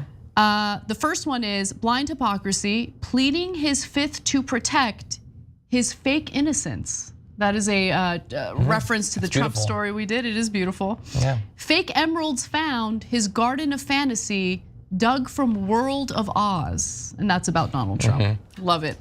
We've got Pac Rob who writes it and says, Trump's in the club. I will be shocked if he spends 1 minute behind bars, even though he should be there for the rest of his life. Yeah, even now, I don't think he's gonna serve any jail time. Yeah, certainly not off of what's been presented. If we're supposed to believe the story that's out there right now, I mean, I wouldn't see why he would. Right, yeah. Yeah. Let's get to Jeanette, who writes in and says, Anna, love watching your Power Hour. It's the best time. Thank you. Carl. Ooh, I like that we have, the Power Hour with 3 people. When you're alone, still a Power Hour. I do like that. All the powers yourself, yeah. It's kind of nice. I just like. It's the consolidating Power Hour. I noticed something about myself recently, actually. Like, I love watching court cases, not like Judge Judy type situation, although I was a big Judge Judy fan when I was younger and, watched whatever my parents were watching. You mean like Alex Jones? Or... Yeah, like the Alex Jones trial. I watched every minute of it. Yeah. And it's because I love watching people build a case, and I feel like with the first hour solo, I build a case. I try to I like at least. that. Yeah, yeah. So anyway. Yeah, maybe we can talk very briefly in the bonus episode about some of the different ways you can do the show. Like seemingly it's all the same show, but like if you're alone or if you're with 2 people or 3 people or someone you haven't worked with, it's very different. It is, it is. We should talk about that in the bonus. Okay. So let's get to our next story for now though, because there is a pretty disturbing story involving a 17-year-old who is now being investigated for an alleged abortion. A 17-year-old girl is facing criminal charges alleging that she aborted a fetus in violation of Nebraska state law. And Facebook has something to do with it because they did turn over her Facebook communications to the authorities investigating her. Now, even though she was underage, she is being charged as an adult along with her mother, Jessica Burgess. And to make matters worse, again, authorities filed the charges after obtaining Facebook messages using a search warrant. So here's what we know about the story so far. 17-year-old Celeste Burgess, who is being tried as an adult along with her mother, Jessica, is awaiting trial in Madison County District Court on charges that they broke a Nebraska law banning abortions after 20 weeks. Now, Nebraska currently outlaws abortions beyond 20 weeks. On Monday of this week, Republican lawmakers in the state luckily failed to secure a more restrictive abortion law that would have banned abortions past 12 weeks. So they failed in getting that passed, which is good news. But they still have an abortion ban past 20 weeks in place. Celeste and her mother were charged in July with allegedly removing, concealing, or abandoning a dead human body and concealing the death of another person after the Norfolk Police Department received a tip claiming Celeste had miscarried in April at 23 weeks of pregnancy and secretly buried the fetus with her mother's help. So that's what the tip was. And I'm unsure as to why the authorities are now accusing her of getting an illegal abortion. Well, I do know why. They're saying that they read about it in her messages, her Facebook messages.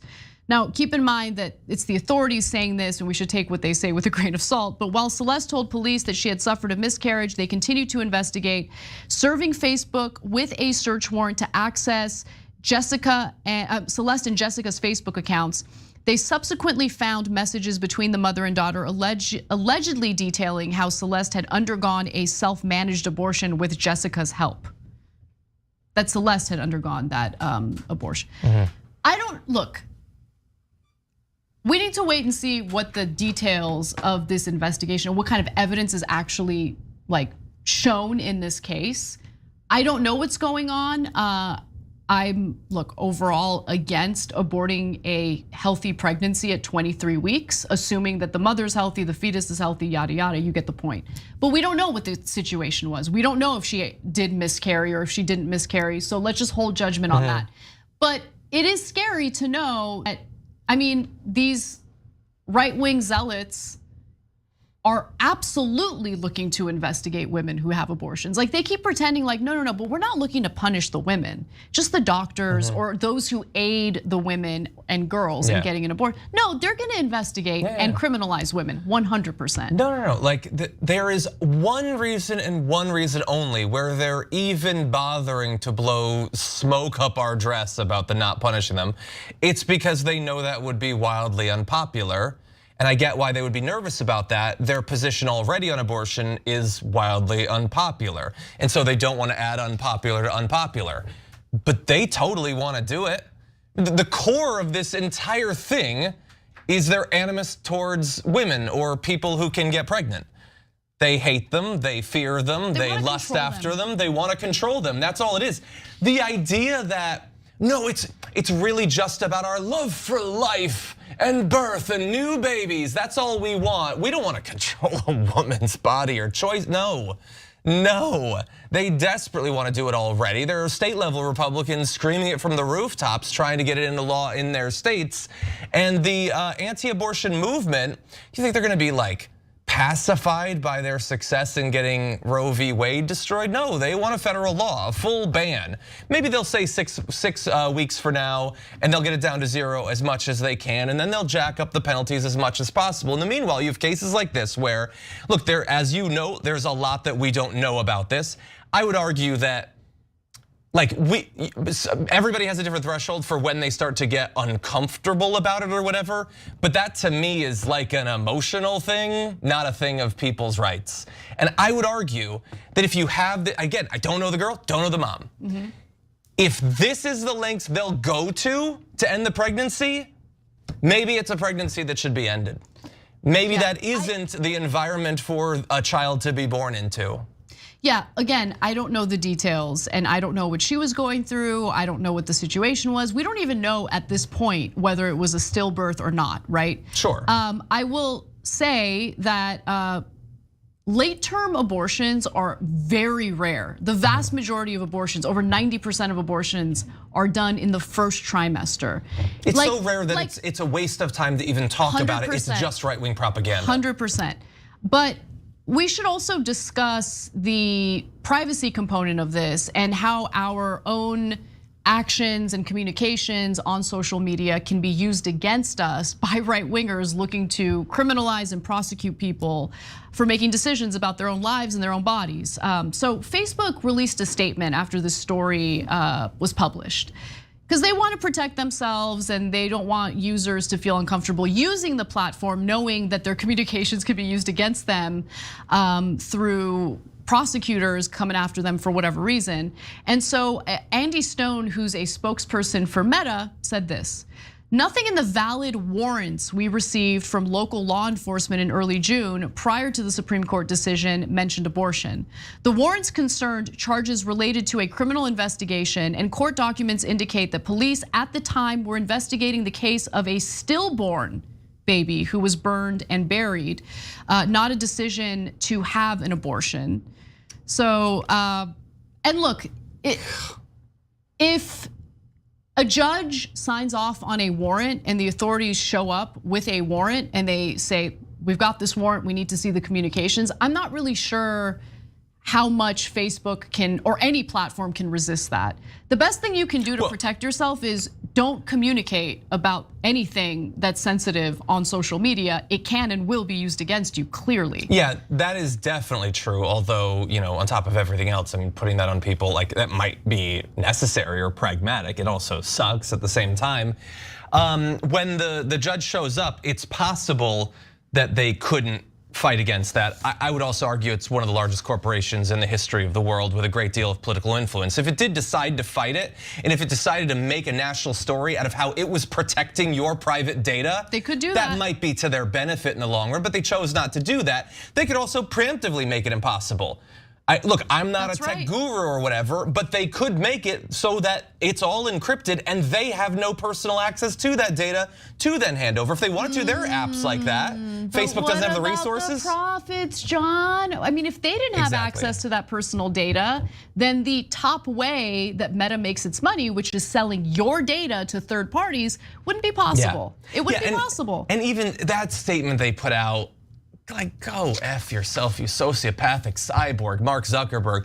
We just thought they were curious about a stillbirth after. We didn't think that amidst all of this talk about Roe, that any of this could possibly be about looking into the process of it.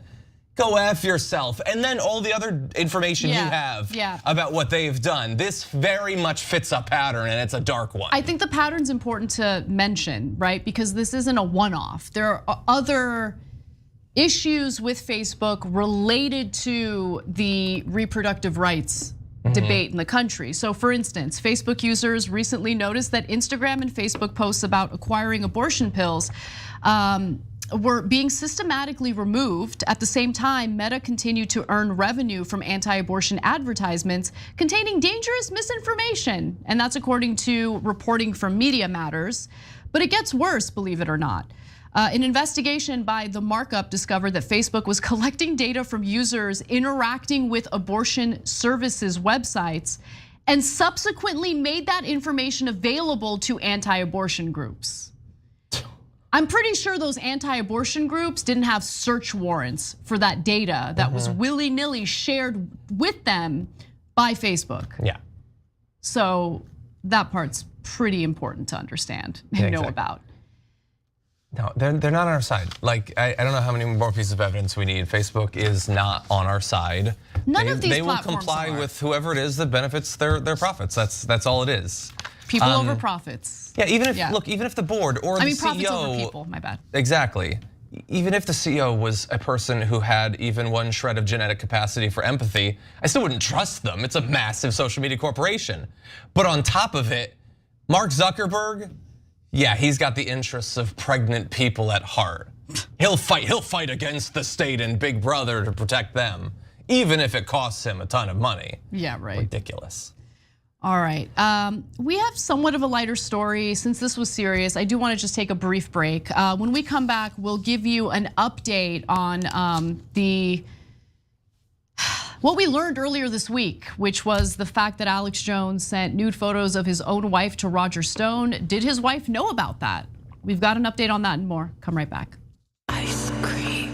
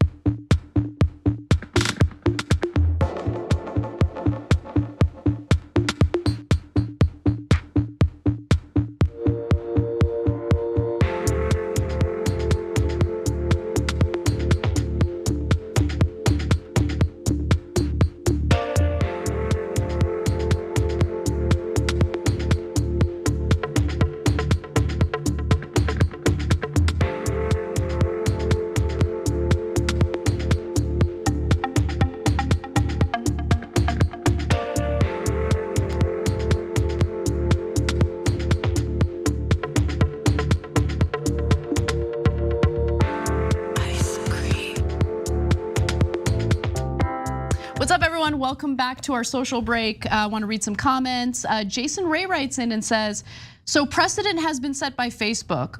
All the private messages of anyone who participated or knows anyone who did in January 6th needs to be given to authorities immediately by Facebook. I agree. I mean, they're handing out all this private information without a warrant, by the way, of women who are like looking up anything that could help them with if they're potentially pregnant, right? They're sending that data and that information over to anti-abortion groups. Like, anyway, so yeah, I agree with you. You're right about that. Thank you to our YouTube members. If you're not a member, you can become one by going to just click on that join button if you're watching us on YouTube, or you can go to tyt.com/join. Deuce Weeks renewed their 20-month membership, and the comment is, been watching TYT since 2009, the only news I trust. That's amazing. You are a longtime viewer. Years before I was here. Yeah. Gabby Mathis renewed their 23-month membership. I hope you show the hamster video made by Fetterman about Oz.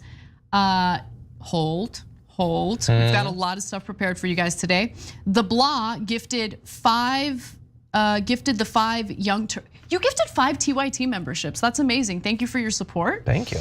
Sue Barrick became a member, and Carl Peters also became a member. Welcome. I hope you guys enjoy our bonus episode today.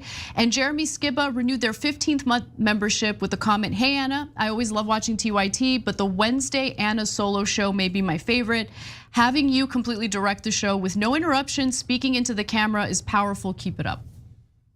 That's nice. I like that. Thank you. I really appreciate it. And Progressive Canuck, aka Maple Syrup Dragon, also gifted 5 memberships. We are so lucky to have you guys support the show and be our viewers. Words can't describe how much I love you guys. Thank you for the support. Going back to our Twitch subs and Twitch community, Car94 subscribed with Prime.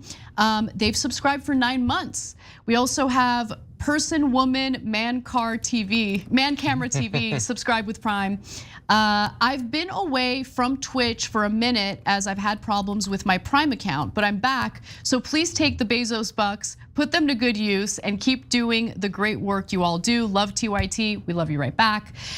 We've got You Can Call Me Jess. Hope they get Jared Kushner for the same crimes in his building, referring to what landlords are doing to push rent-controlled tenants out of rent-controlled units. All right, we gotta get back to the show. I'll see you guys there.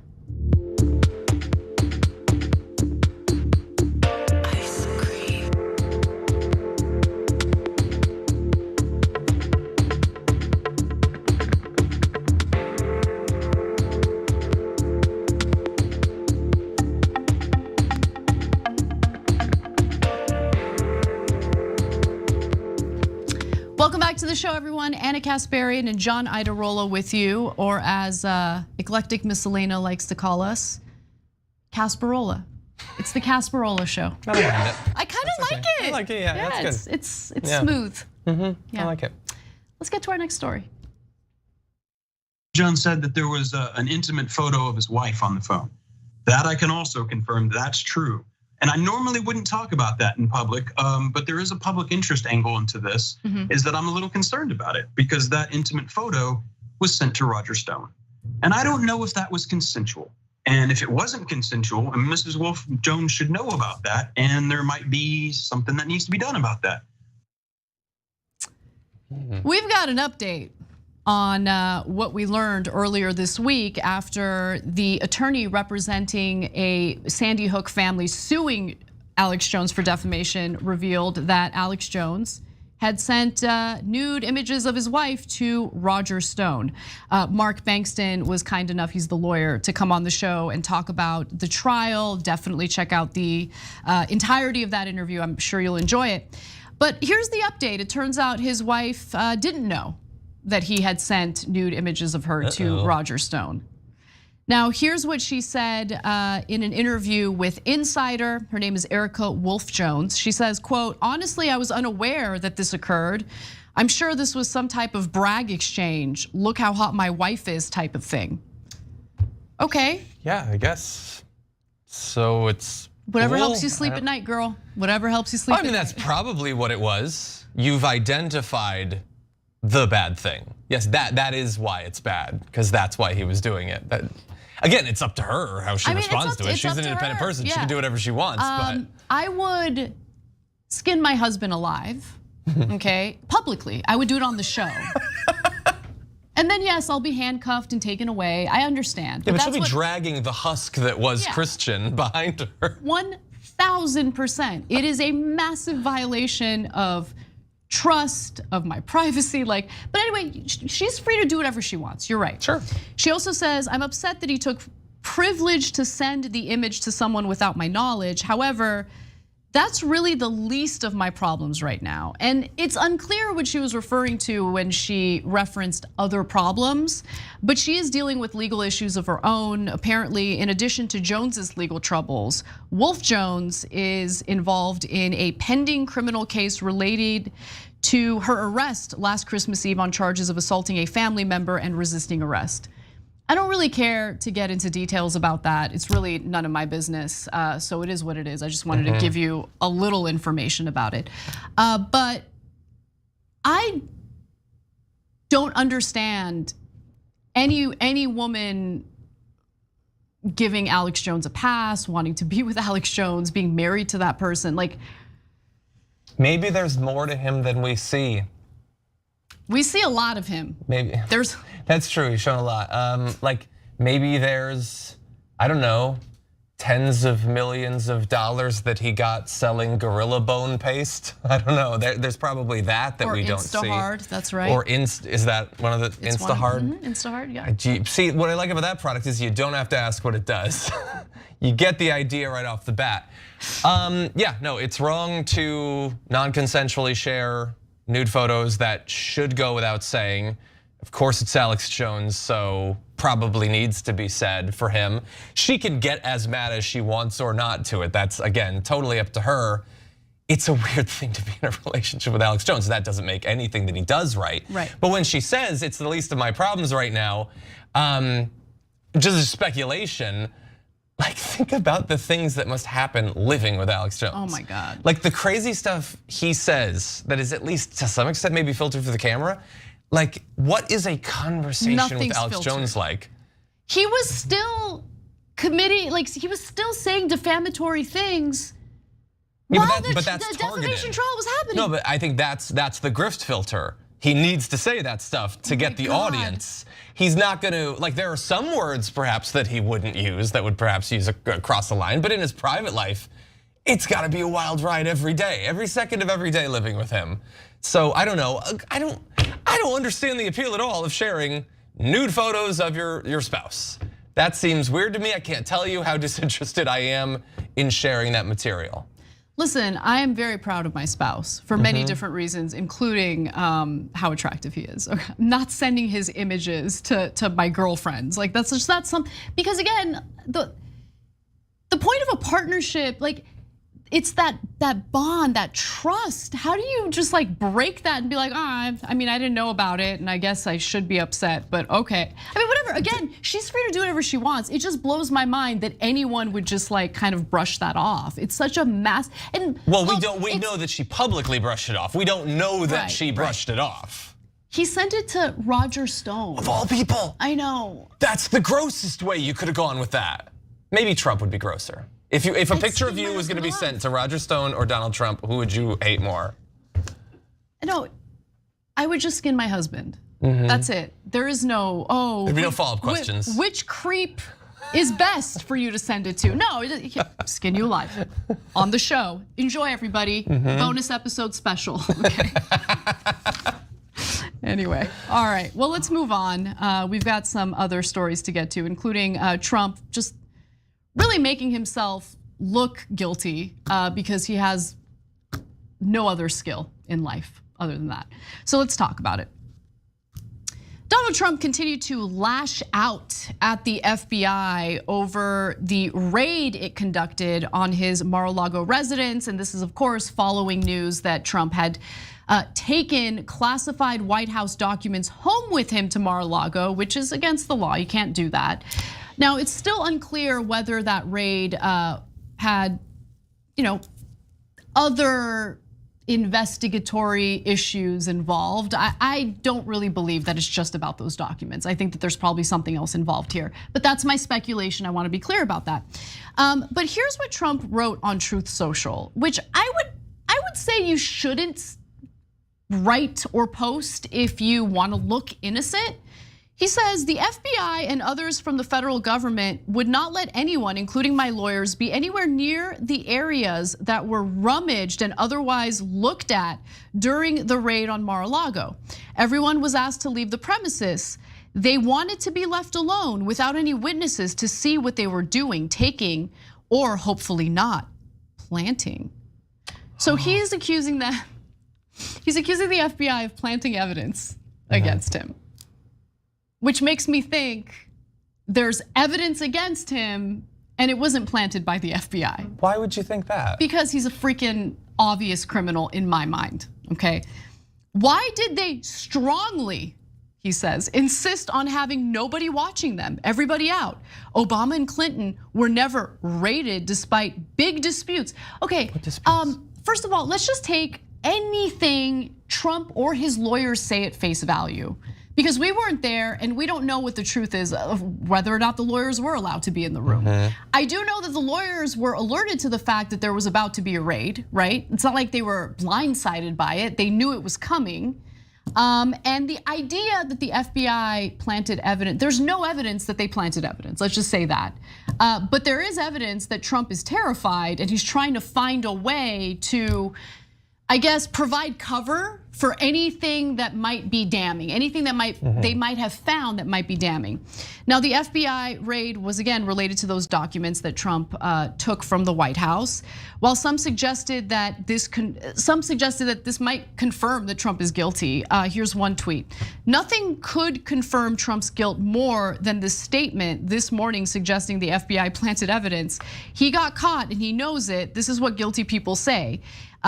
Expect this to be the new GOP talking point. And by the way, remember the FBI's director, meaning the head of the FBI, is Christopher Wray, who was appointed by Trump and confirmed by every single Republican senator who voted at all on whether or not to confirm him. Okay, so it's not like you have, I don't know, a group of Jacobins in the FBI conducting an investigation into Donald Trump. The FBI overall has been a very right-wing intelligence organization in this country. Yeah, but only since it was founded. Exactly. So it's like, this is insane. Well, and that's really why it's one of the most insidious. Like, I get totally why he's saying this. I get why, like the second one of his lawyers said they're planting evidence, every single right winger was like, oh, so that's all I'm talking about for the next 3 days? Yeah. Okay, yeah, I get that. But what's so insidious is the FBI, as with basically every law enforcement organization in this country, has a million reasons they've given us to be suspicious of what they do, how they do it, why they do it, and why there are no consequences for the times that they break the law.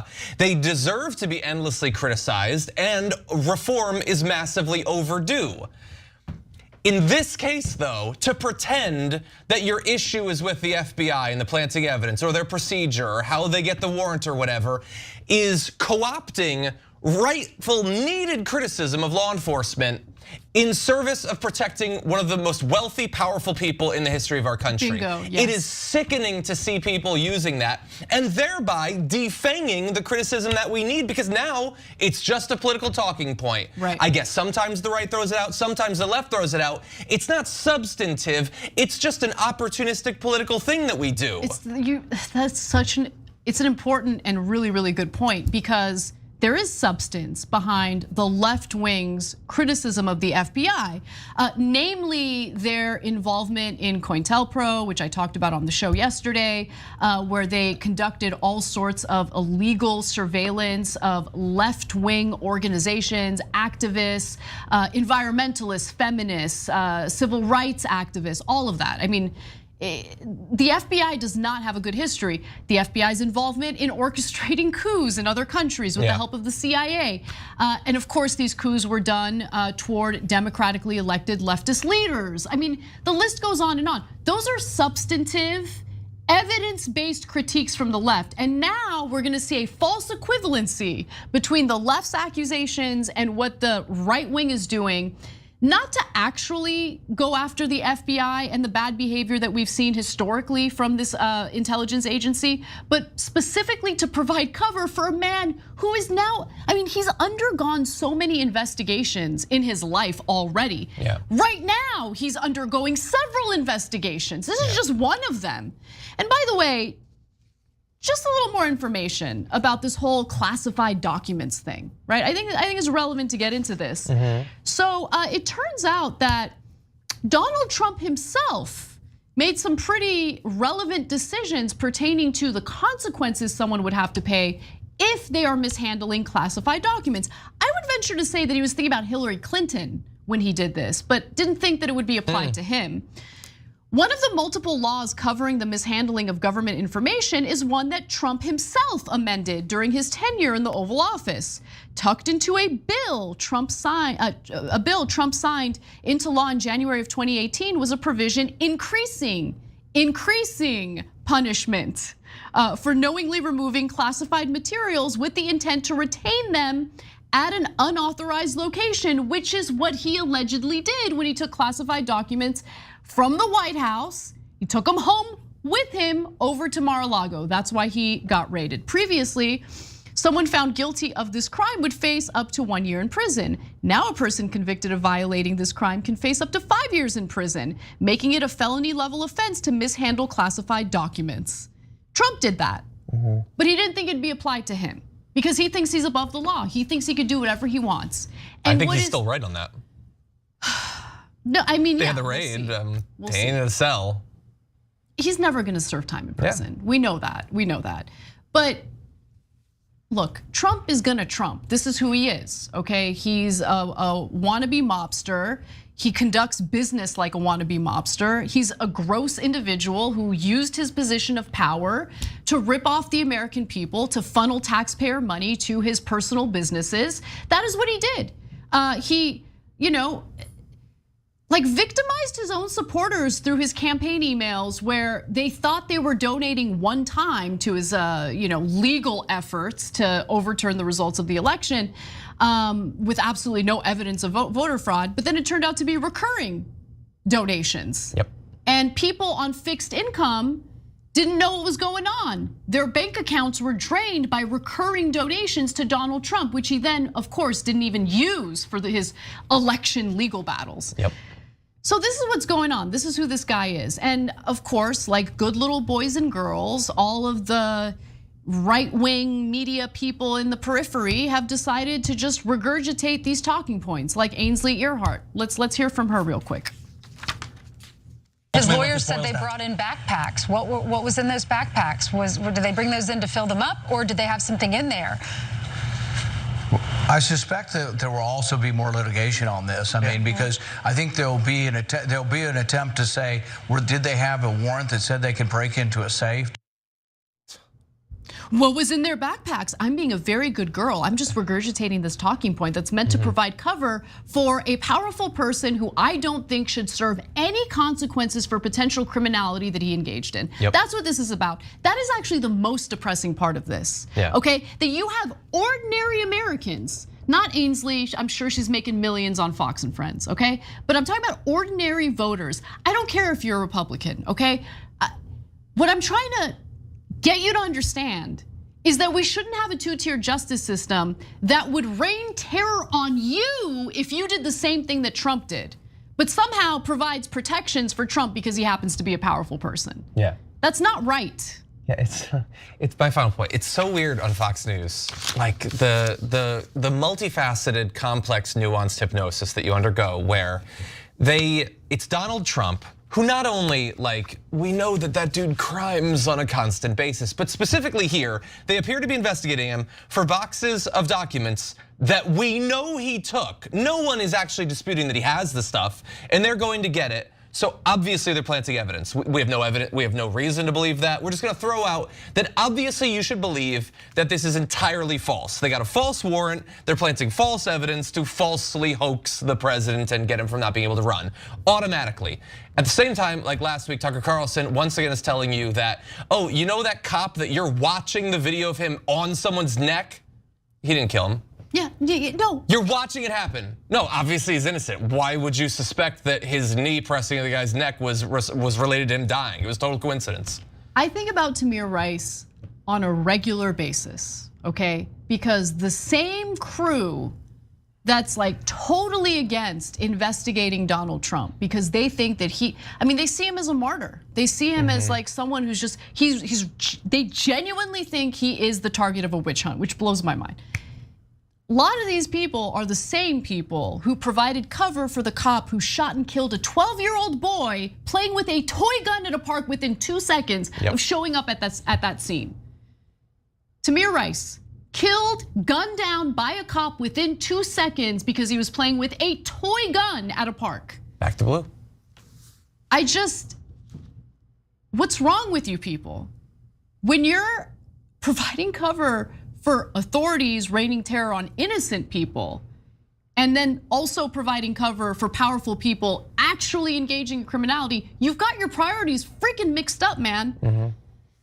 Anyway, let's get to the next. No, let's take a break. When we come back, we'll talk about John Fetterman. God, I love it. I love watching strong, good people slap down the bad guys. And that's what John Fetterman does in his latest campaign ad against Dr. Oz. We've got that and more coming right up.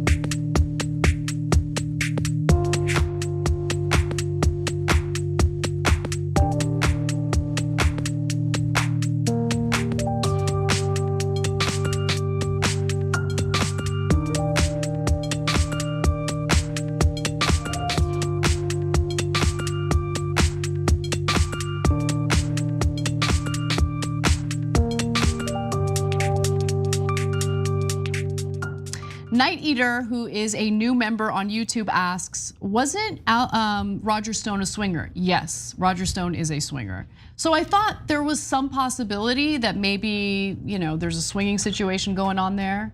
But no, Alex Jones's wife didn't know that her nude photo was sent to a creep like Roger Stone. So no swinger situation. As and far by the way, he's not a creep because he was a swinger. He's a creep because of literally every other fact about his life.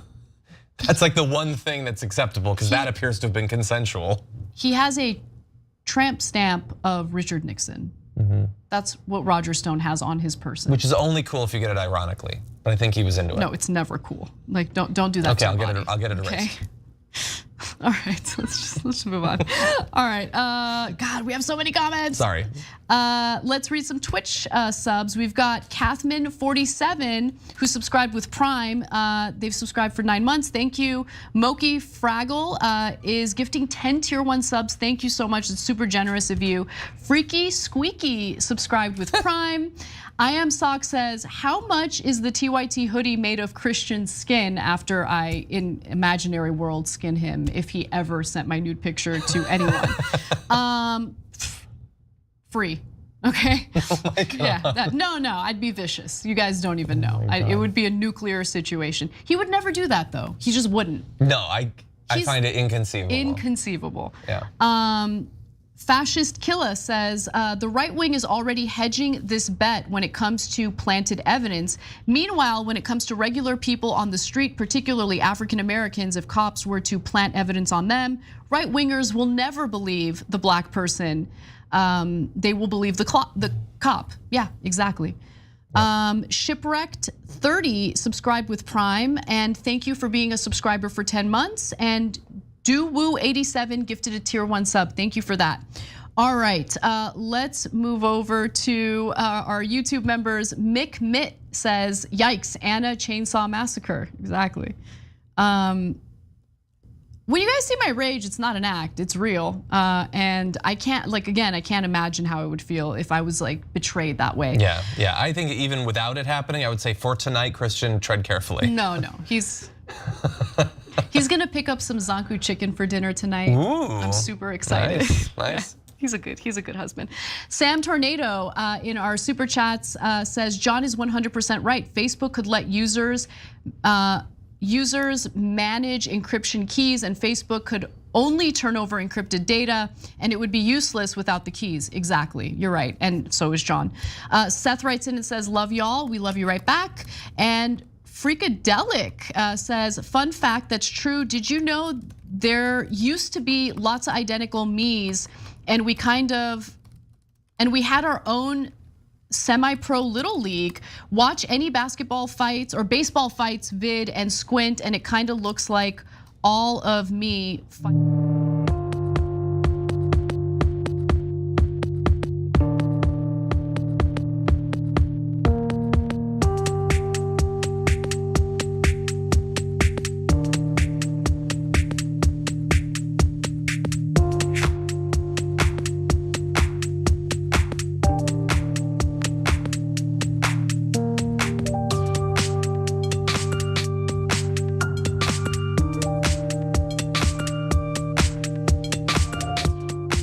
Welcome back to the show, everyone. I was reading some comments during our social break, and a lot of you are wondering what zanku chicken is because I mentioned zanku chicken. I don't think it's a chain in any other state, but it is a chain here in Southern California. It was started by an Armenian family. I did not know that. And it is delicious rotisserie chicken with pickled vegetables and hummus, and it's like a good mix of like the typical rotisserie chicken stuff you would expect with some Middle Eastern stuff sprinkled in. Nice. It's delicious. I love it. It is. Anyway, all right, well, let's give John Fetterman some love. He's in the news because he put out another great campaign ad, and I want to talk about it. John Fetterman's campaign has released another ad attacking Dr. Oz, which I love. And this time, he decided to target Dr. Oz and his shady miracle pills to expose just how Dr. Oz is essentially a snake oil salesman. And so let's take a look at that and we'll give you some more info. I've got the #1 miracle in a bottle to burn your fat. Magic weight loss cure for every body type. The magic ingredient that lets you lose weight without diet or exercise. Lose fat without diet or exercise. People were allowed to do whatever they wanted to do. We didn't change their exercise, didn't change what they ate. Do you believe there's a magic weight loss cure out there? The word, if you're selling something because it's magical, no. Do you believe that there's a miracle pill out there? There's not a pill that's gonna help you long-term lose weight and live the best life without diet and exercise.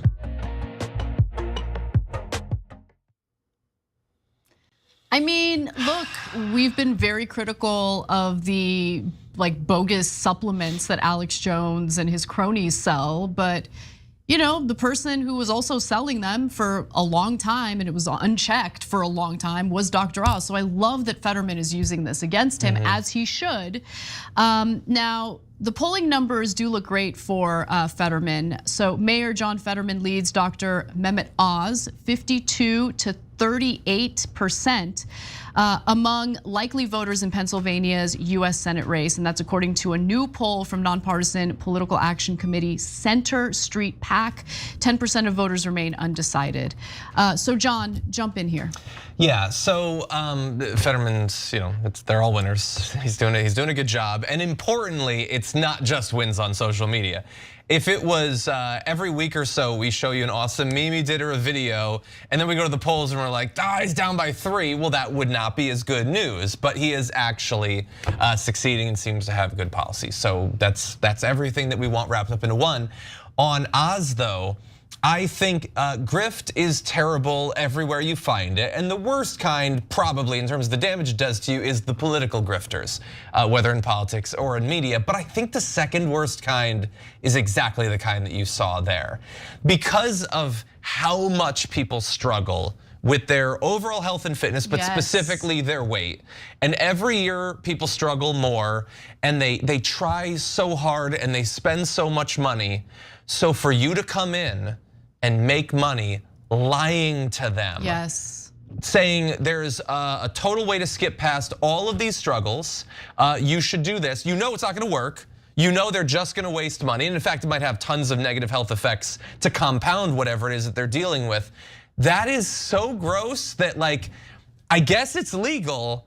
It's the sort of thing that doesn't feel like it should be. Like the idea that you can't smoke marijuana, but I can make millions selling you speed or whatever to supposedly make you lose weight. I know it's not gonna make you lose weight, and I know it's gonna cause health problems for you, but whatever, I'm gonna get rich. That is a weird way that we've formulated this country. Can I just say, this is a little bit of a tangent, but it needs to be said. The fact that the FDA doesn't regulate supplements, that like the entire vitamin/supplement industry goes unchecked, is a huge problem in this country. Okay, and there's all sorts of snake oil sold to all sorts of Americans, and it's depressing to see it happen. It could really mess with your health. Yeah. And people make money off of it. They make money off of promoting it, as is the case with Alex Jones, as was the case with Dr. Oz.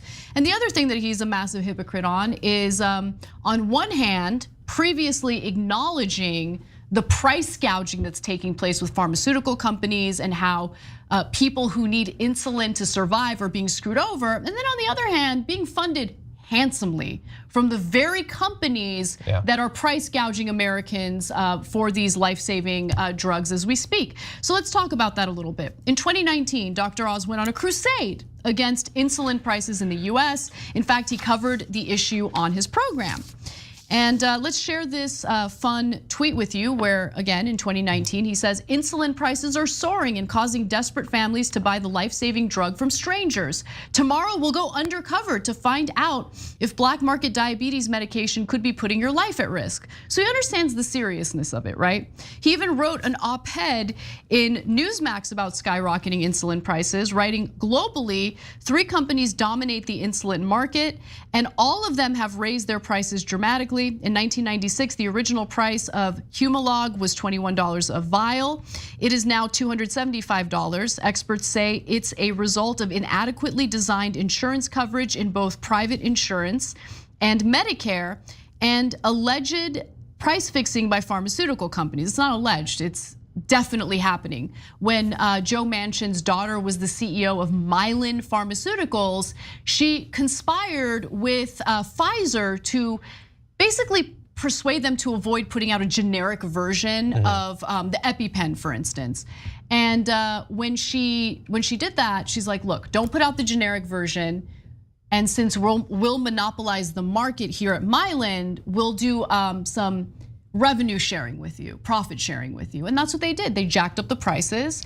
They made sure that the EpiPen wasn't available as like a 1 pen thing. You'd have to buy 2 pens at once. It was astronomically priced, and she faced no consequences for that at all. That is how the system works. It's disgusting.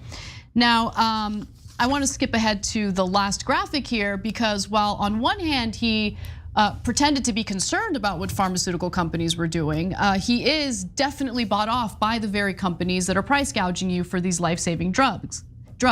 A personal financial disclosure filed by Oz's campaign in April shows that he stands to profit from investments as well in the exact companies he blamed for causing the insulin price increases. The disclosure showed that Oz has invested between $280,000 and $600,000 in United Health, and another $50,000 to $100,000 in CVS Health. He also has been $1,000 and $15,000. I apologize. So he also has between $1,000 and $15,000 in Cigna stock. The way the disclosures work is you give them the ballpark of how much money you have invested. That's why you see that disparity there. Yeah, that's absolutely insane how wealthy he is, and how much of a hypocrite he is, and how much of a grifter he is. And he did all this talking about insulin. It would have been really interesting to see him if he were already in the Senate. I almost guarantee that he would have joined the vast majority of the Republicans who were for getting rid of that insulin cap. Yeah, you can't trust these people. No. You can't. You can trust him less than most. And it seems as though the voters in Pennsylvania can see that he's untrustworthy, which is a good sign. Yeah. All right, well, one final story for you before we wrap up the main show, but the fun continues with the bonus episode, so don't miss that, tyt.com/join. So let's talk about college and how Americans are feeling about even the possibility of going to college. A growing number of Americans are actually leaning against obtaining a higher education. They don't think it's worth it, and it's understandable why they would think that. It is incredibly expensive. There's very little support for those who want to obtain higher education. And as we know, tuition has been rapidly increasing for decades now. There are more than 4 million fewer students in college now than there were 10 years ago. There has been a significant and steady drop nationwide in the proportion of high school graduates enrolling in college in the fall after they finish school, from a high of 70% in 2016 to 63% in 2020, the most recent year for which the figure is available, according to the National Center for Education Statistics. And it's understandable because the whole idea of going to college was, well, you're investing in your future, right? You're spending money and you're spending time getting this degree, which will mean more earning power once you graduate. In theory. In theory, exactly. But now students are finding themselves digging themselves in a massive economic hole, taking out loans, finding themselves in massive debt that they cannot discharge even if they file for bankruptcy. And a lot of people who do have that debt think, I'll never be able to pay this off. And then they don't qualify for home loans and things like that. So when you do a cost benefit analysis, the way the system's working right now is starting to make people think, maybe going to college isn't for me. And that makes me so incredibly sad, John. It does too. I mean, I stayed on a college campus effectively until like 3 weeks ago. Like I was there for college and for grad school and all that. I think that there's a lot of value outside of just the cost benefit analysis that you were talking about. Right. Like, yes, one of the primary reasons you go is that you can get a certain type of job that maybe brings in a certain amount of money. But you also ideally get to study things you never would. You get to be exposed to not only types of information, but also types of people from around the country, from around the globe that you would never see. And then of course we can't forget that some percentage of the people who go to college are gonna go on to graduate school, and there's where you get into actually producing the knowledge that other people get to study. That is important too. One other important part of this I think we should talk about is that you said, people are reevaluating that, but let's be clear, not all people are reevaluating that. I don't have the breakdown of socioeconomic status. I have a feeling it's probably not that the poorest and the richest are dropping off at the same rate. No, I have a feeling there's probably some correlation with less money there. This is, in my opinion, a very intentional issue that is impacting people who are not wealthy. Because when you look at, there aren't very many opportunities left in this country to climb up an economic ladder. And education was thought of as one of those tools that people would use to get themselves higher up that economic ladder, right? But if it's unbelievably expensive and you have to take out massive loans just to get a bachelor's degree, doesn't really make sense. So the proportion of high school graduates in Tennessee who are going directly to college, for example, has fallen to 53%, down 11 percentage points since 2017.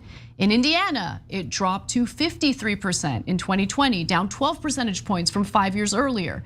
In West Virginia, 46% of 2021 high school graduates went on to college the following fall.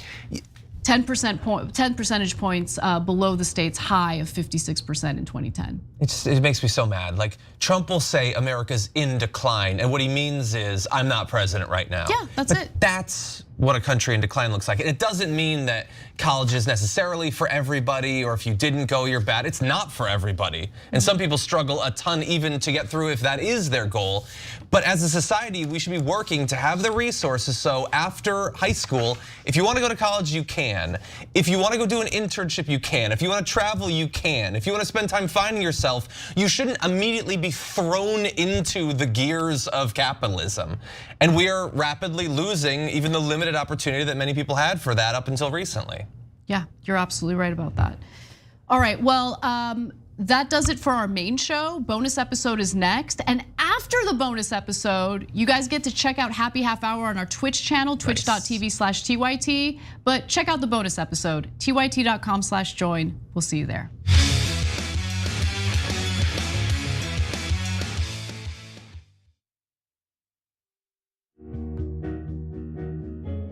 Our audience has given us everything, so we couldn't be more connected. When we first started,